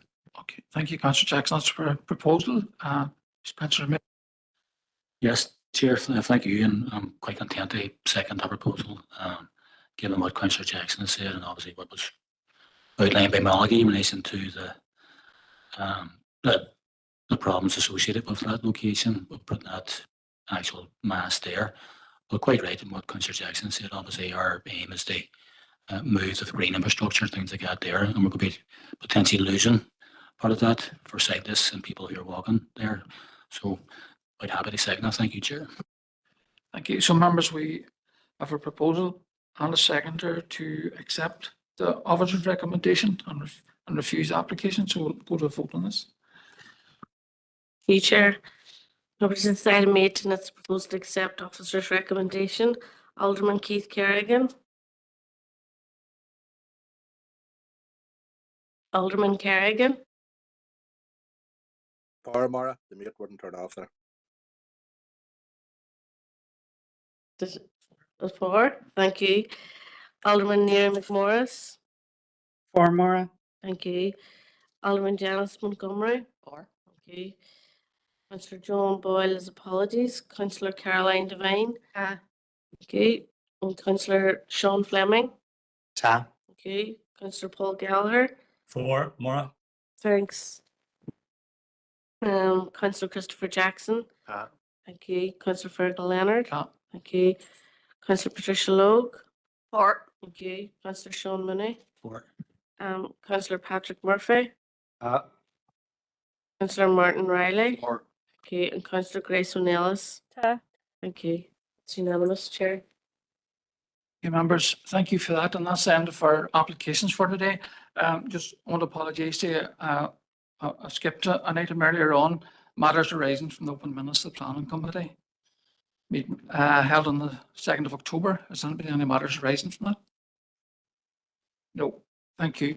So on to item 8, future engagement with the Ministerial Advisory Group. Andre. Thank you, Chair.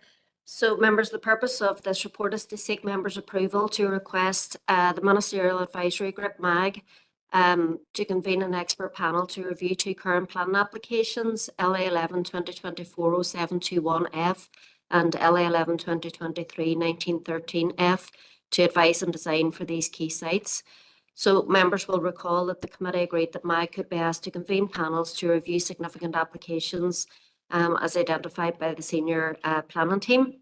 So officers are currently dealing with the 2 planning applications for significant development proposals, one at the Strand Road and one at Waterloo Place in Derry, that would benefit from this service, and details of the applications are set out in the paper.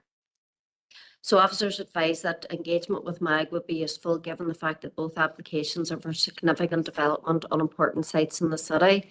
So officers would therefore ask for members' agreement to engage with MAG in relation to the 2 applications. Thank you, Chair. Councillor Logue. Thank you, Andrea, for that. And I certainly would welcome further engagement with the MAG, especially on these 2 applications. One that has already been on the system for over a year, and we do know that there has been issues with that application in the past. The one at Waterloo Place, it is in the heart of our city centre, and it is so unsightly. And you know, the sooner that something is done with this, is the better. We also have a really desperate need for houses and for accommodation for people. We have a ever-growing housing waiting list, and we really need to be seen to be doing something about that. We have seen the benefits of the MAG working and the best on previous developments, and this would be very, very much welcomed. I would like to see this up and running as quickly as possible so that we can progress these sites and the other site too with the proposed student accommodation, which is also very much needed in order to develop our university and provide accommodation for those students who will be using the university. So yes, but certainly if we can get this up running tomorrow, please do so. Thank you. I take it that's a proposal to go with this. Certainly, I'm proposing it, yes. Seconder, please. Councillor Riley. Yeah, thanks, Chair. Happy to formally second it. I do think that although these two particular locations are not in my DEA, they do have a footprint that will have a wider implication right across the Northwest. So I think this is the right way to proceed. So happy to second it, Chair. Thank you. Thank you, Councillor Riley. Can an indication that everybody's content to go with this proposal? Online as well, everybody content with this? Content, Chair. Content, yeah.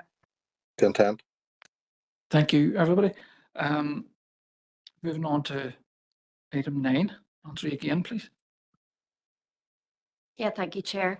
Item 9 is a report to advise members of receipt of a consultation from DFI Planning to the Council in relation to a planning application for decommissioning and repowering of the operational Owen Ray 1 and 2 wind farms.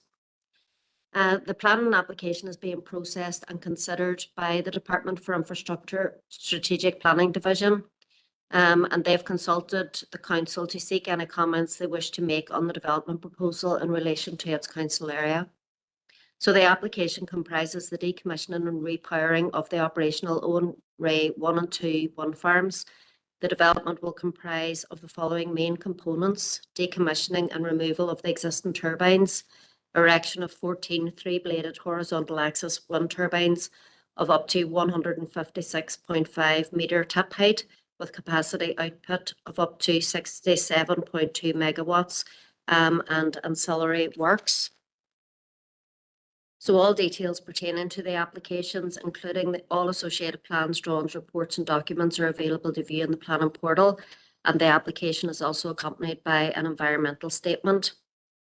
So the recommendation is that members consider the paper and advise officers of any comments they wish to make to DFI in relation to the planning application. But given the nature of the application and the significant amount of information and drawings which accompany the application, officers would suggest that any comments that members wish to make can be forwarded to officers, and these comments will be collated and a draft response prepared and a paper brought back to the next planning committee for members' consideration. That would be helpful. Any comments on that, members? Just want to make one comment myself. I think it's important that we put a date on the return of any comments to yourself. So I'm suggesting next Friday the 15th, if members have any comments that wish to make, this should return it then. Is it to yourself, is it? Yes, through the chair. Comments can be made through myself or Anne, and then we'll collate them and prepare a paper. So the timing of the draft, the comments to be made to us by next Friday is fine, and that'll allow us time to prepare and issue the paper for the next planning committee, which is the 27th of November. Everybody content with that online as well? Yes, thank you. Thank you, Neri. Yeah. Moving on to items 10, 11 and 12. If anybody has any comments? Councillor Minute. Thank you, Chair. Just item number 12. I just have to try and get it up here. Just me a second. The judgment. I just was reading through it all the weekend, and obviously I just want to commend officers and their legal team for successfully defending that JR. I know the work that goes into preparing these files, and I do want to commend them because obviously it reinforces that we took the right decision there and the decision came down. So well done, the officers and our legal team, for bringing that forward. Thank you. Thank you, Councillor Millie, and totally agree with your words here. Philip, would you like to come in on this one? Yeah, thank you, Chair. It's worth mentioning, members, that our council that represented us in relation to this one specifically commented on the quality of the report that was prepared by the case officers, and that it made his job in relation to defending the council position significantly easier. So and it certainly made my job easier as well. So if I could also perhaps pass on my congratulations and thanks to the planning staff in relation to that. Members, can I also just, because we're looking at a judicial review judgment, bring to members' attention a matter which has recently come to light. We have recently been provided with papers in relation to an application for leave to seek judicial review, which has been brought by an individual objector against the PAC. In respect of the development of, it's now 77 houses near Ballygubben Road in Eglinton. So members will recall the history of this. There was an application initially for 97 units in that area, which this council, this committee refused permission for. That decision was appealed to the Planning Appeals Commission, and the decision of the council was upheld in summer of 2023. That was then subject to a judicial review by the developer. The PAC were judicially reviewed, and that judicial review was successful, with the application being referred back again to the PAC. Now, what effectively appeared in front of the PAC then was a revised application with what's known as the stable block part of that development being removed, and 20 odd units being removed from the application, and the PAC ultimately granted permission for that revised development in August of this year. Now, there has been a challenge which has been made against that decision of the PAC by one of the objectors. We're a notice party. This is at leave stage at the present time. So members, my view is at the current time there is nothing for this council to do. We do know that leave is being challenged by the PAC, and having read their rebuttal, I think they're in a very strong position in relation to that, but leave's a low threshold. So I'll keep members updated as we go along, but at the present time we're a notice party, and I see no reason for this council to get involved in litigation where we would have no prospect of recovering costs one way or another unnecessarily. We'll let the objectors and the PAC fight it out. Okay, Philip, thank you for that. Anybody have any comments on that? Anybody online? Councillor Mooney. Chair, just to say thank you to Philip, and just to say I'm happy to take his direction on this. Obviously, we're a notice party, so there's no really need for involvement in this. The JR is against the PAC and not the council, so I'm content with that advice, and content that Philip will appraise us in any new developments. Thank you. Okay, thank you, Councillor Mooney. Councillor Jackson. Yeah, no, and I don't disagree entirely with the previous speaker, but I do think that there was concerns in relation to that application that went way beyond the application site. There was concerns from neighbouring residents in Eglinton who felt that they were, as a result of this application, could be more at risk of flooding. And there's we all know and understand the concerns, particularly of residents in Eglinton who have experienced the flood events in 2017 and previous to that. So there will be an expectation from residents, particularly residents in Eglinton, for us as a council to be standing up with them. So I completely respect the legal opinion that we've received, but I wouldn't rule out our council playing some role in terms of supporting the objectors and supporting the residents of Eglinton in respect to this judicial review. Thanks, Chair. Thank you, Chris. Philip. Yeah, I mean, obviously, members, as I say, this is a leave application at the present time. I don't think there's any role for the council in relation to that. I will keep members appraised if leave is granted. Then I'll certainly arrange for a paper to come before this committee with more detail, more information regarding the specific grounds. My initial perusal of the papers suggests that the grounds that are being sought for the judicial review are not ones in respect of which the council would be necessarily taking issue in most circumstances. But if leave is granted, those grounds will be refined, and then I'll be able to provide information to members, and an informed decision can be made at that stage.